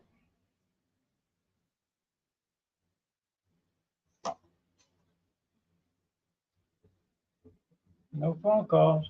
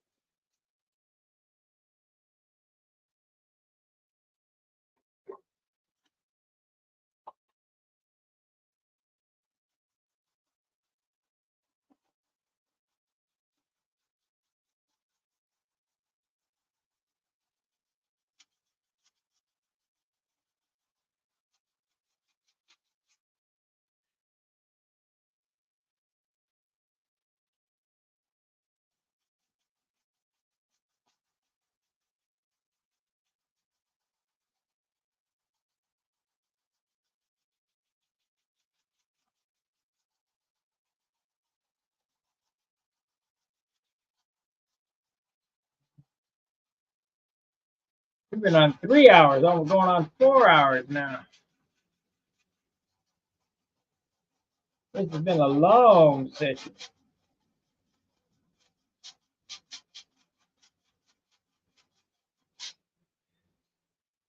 I mean, I can do 10 hours, but my metrics would be way down.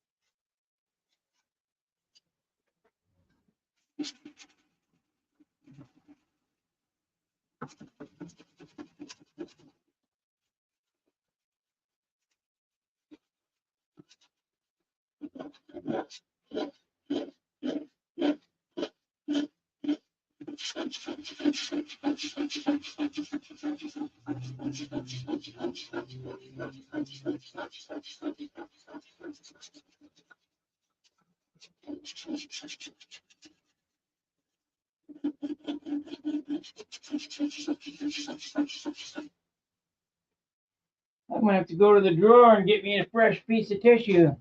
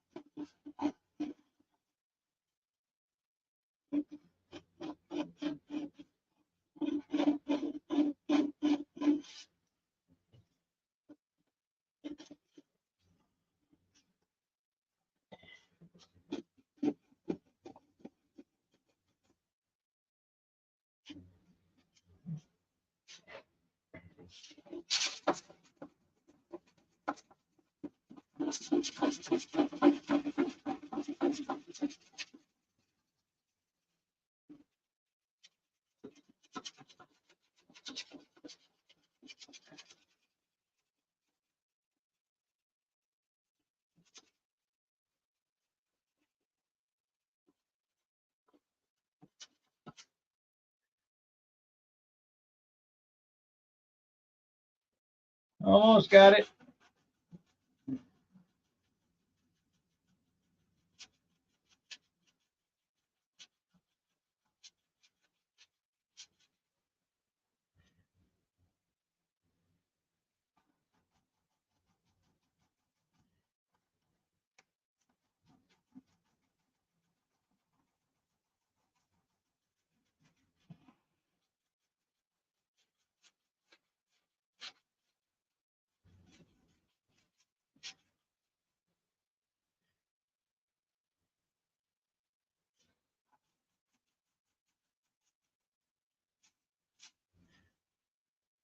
Okay, let's hit it with 320. Oh, that's 400. We'll tissue it. And we're fixed.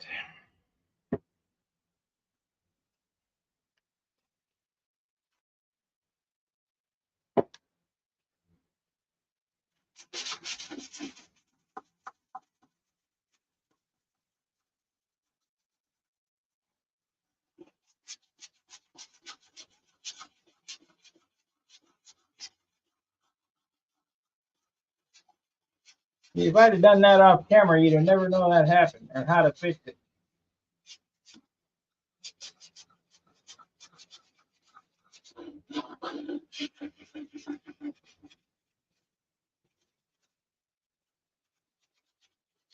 And that's what these other YouTube channels don't show you is the screw ups.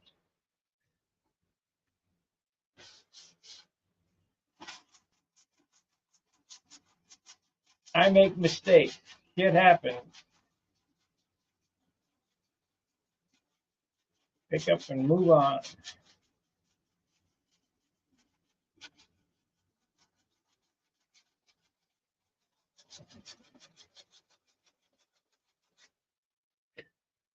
Well, that's close enough to get tissue on it, I think. Let me go get some.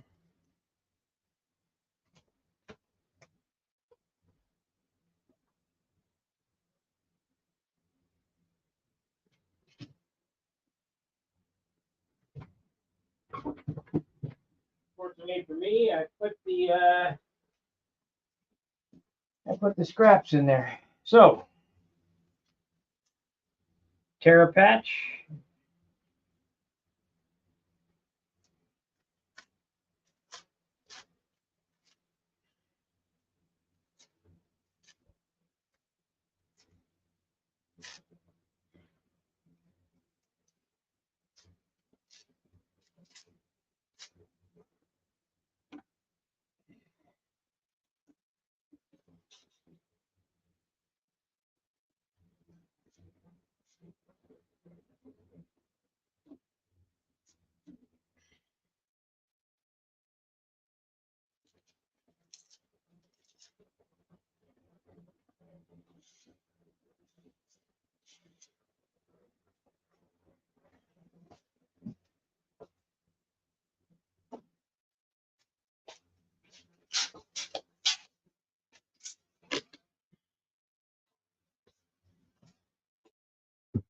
Now the phone's going to ring.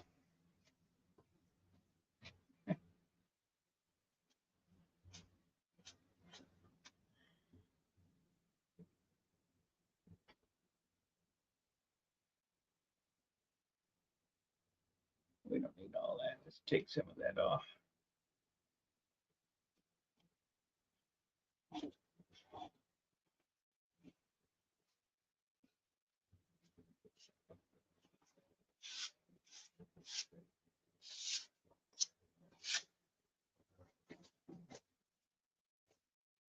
Lenny Brunel, all is well except for what just happened to the tail wheel here. Flipped off the bench and broke. It's repaired now.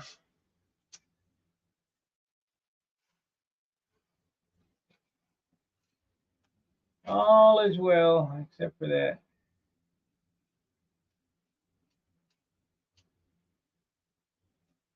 Okay, it's all smoothed out down. Just put a coat of dope on it, a couple coats.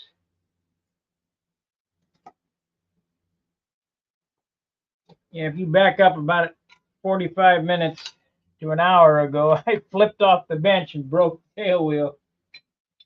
But it's repaired now. I did an operation.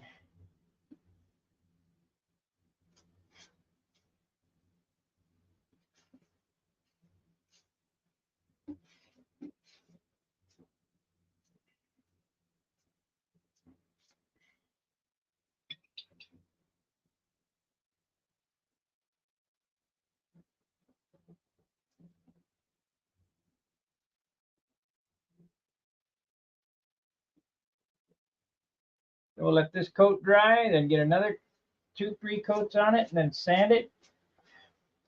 Good as new.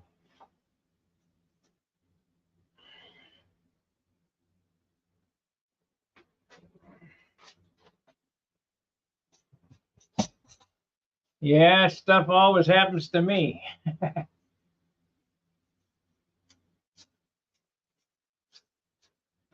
I have yet to build a perfect airplane with no patches or screw ups or whatever. Never happens. I don't know if it's because I move too fast or don't pay attention or what, but in the end, it always comes out okay.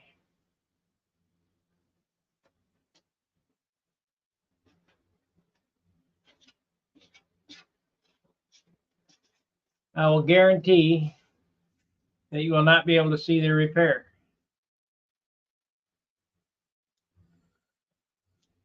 But if that would have happened when this airplane was pearl, I'd have been screwed. So I think I'm going to rethink the pearl. I think we may just do some panels. We're not going to paint the whole airplane pearl. Some panels that I could repair.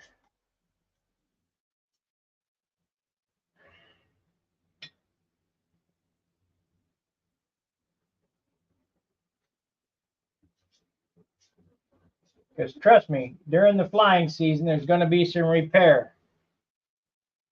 And if you got a color that you can't repair, it's no good. Because there's always the dress up before the nets, go around and touching the airplane up. And pearl, no bueno. You'll never be able to match anything.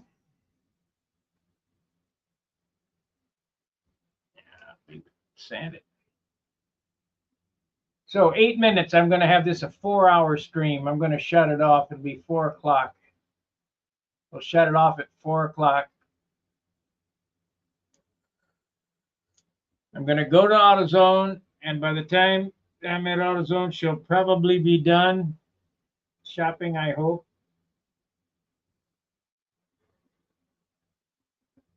And we'll come back and knock some more of this stuff out.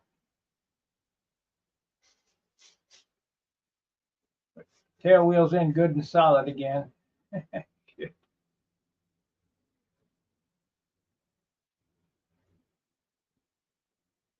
the way it goes. Dope doesn't drive fast enough for my liking. I wish the hell it would just. But it's drying pretty fast because it's a lot of thinner in it. Lots of thinner. This 400, yeah.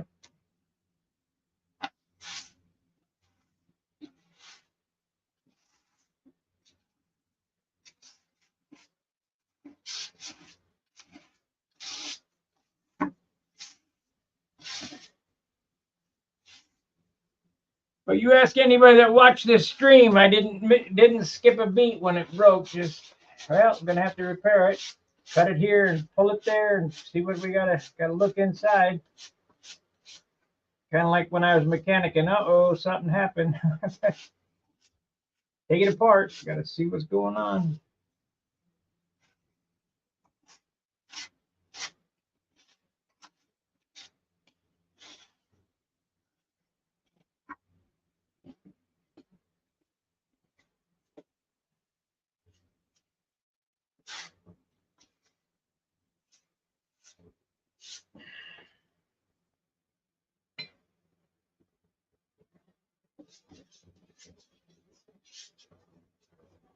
That's a windy coat. What's one coat?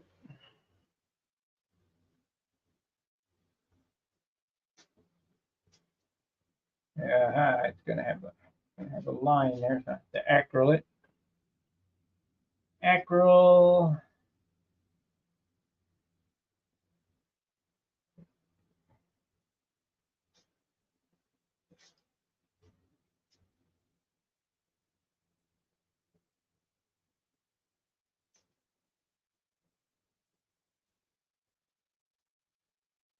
Harbor Freight's got the windy guns on sale for $9.95. Them little purple jobs.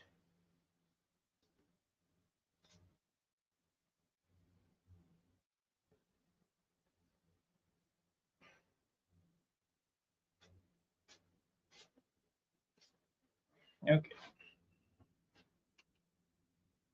5 minutes.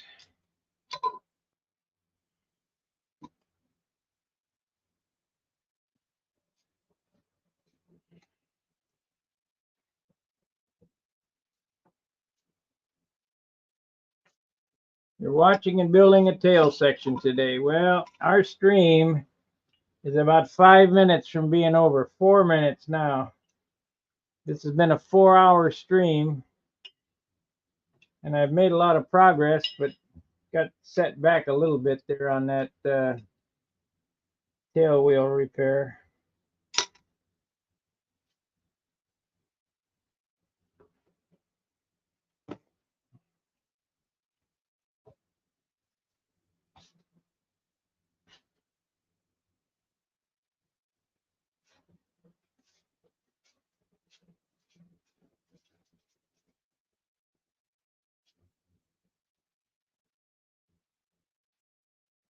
So, ain't nothing but a thing, though.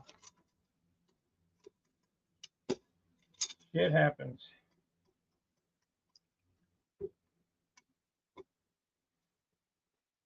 Don't get excited. It'll be fine.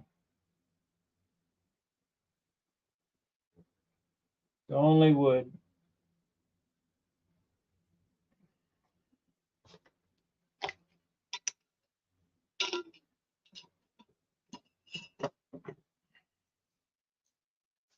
All right, you guys got any questions on what I covered today so far?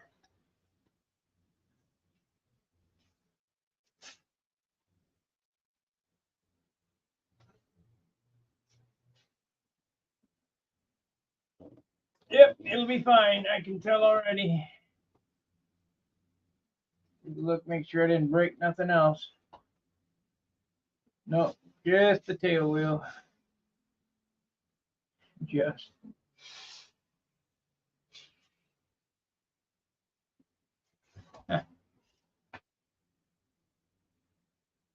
some, what the hell was that got up there?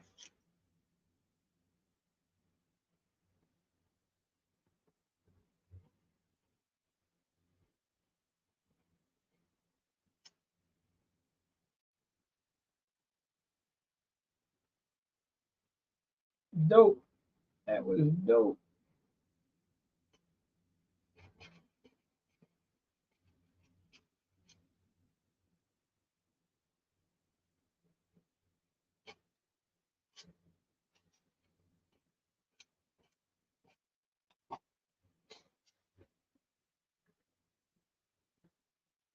Well, I probably won't go on to hang out. All right.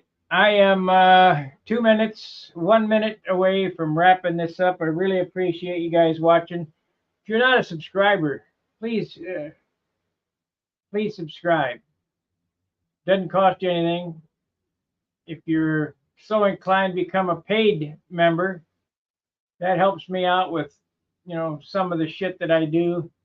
Cost a lot of money for me to do this. Cost a lot of money for Stunhanger. I'm airplane poor. So if you're watching this in the after, if you're watching the rerun, there's 3 little dots there. Hit those 3 dots. It opens up. There's a heart icon there. Drop a super thanks.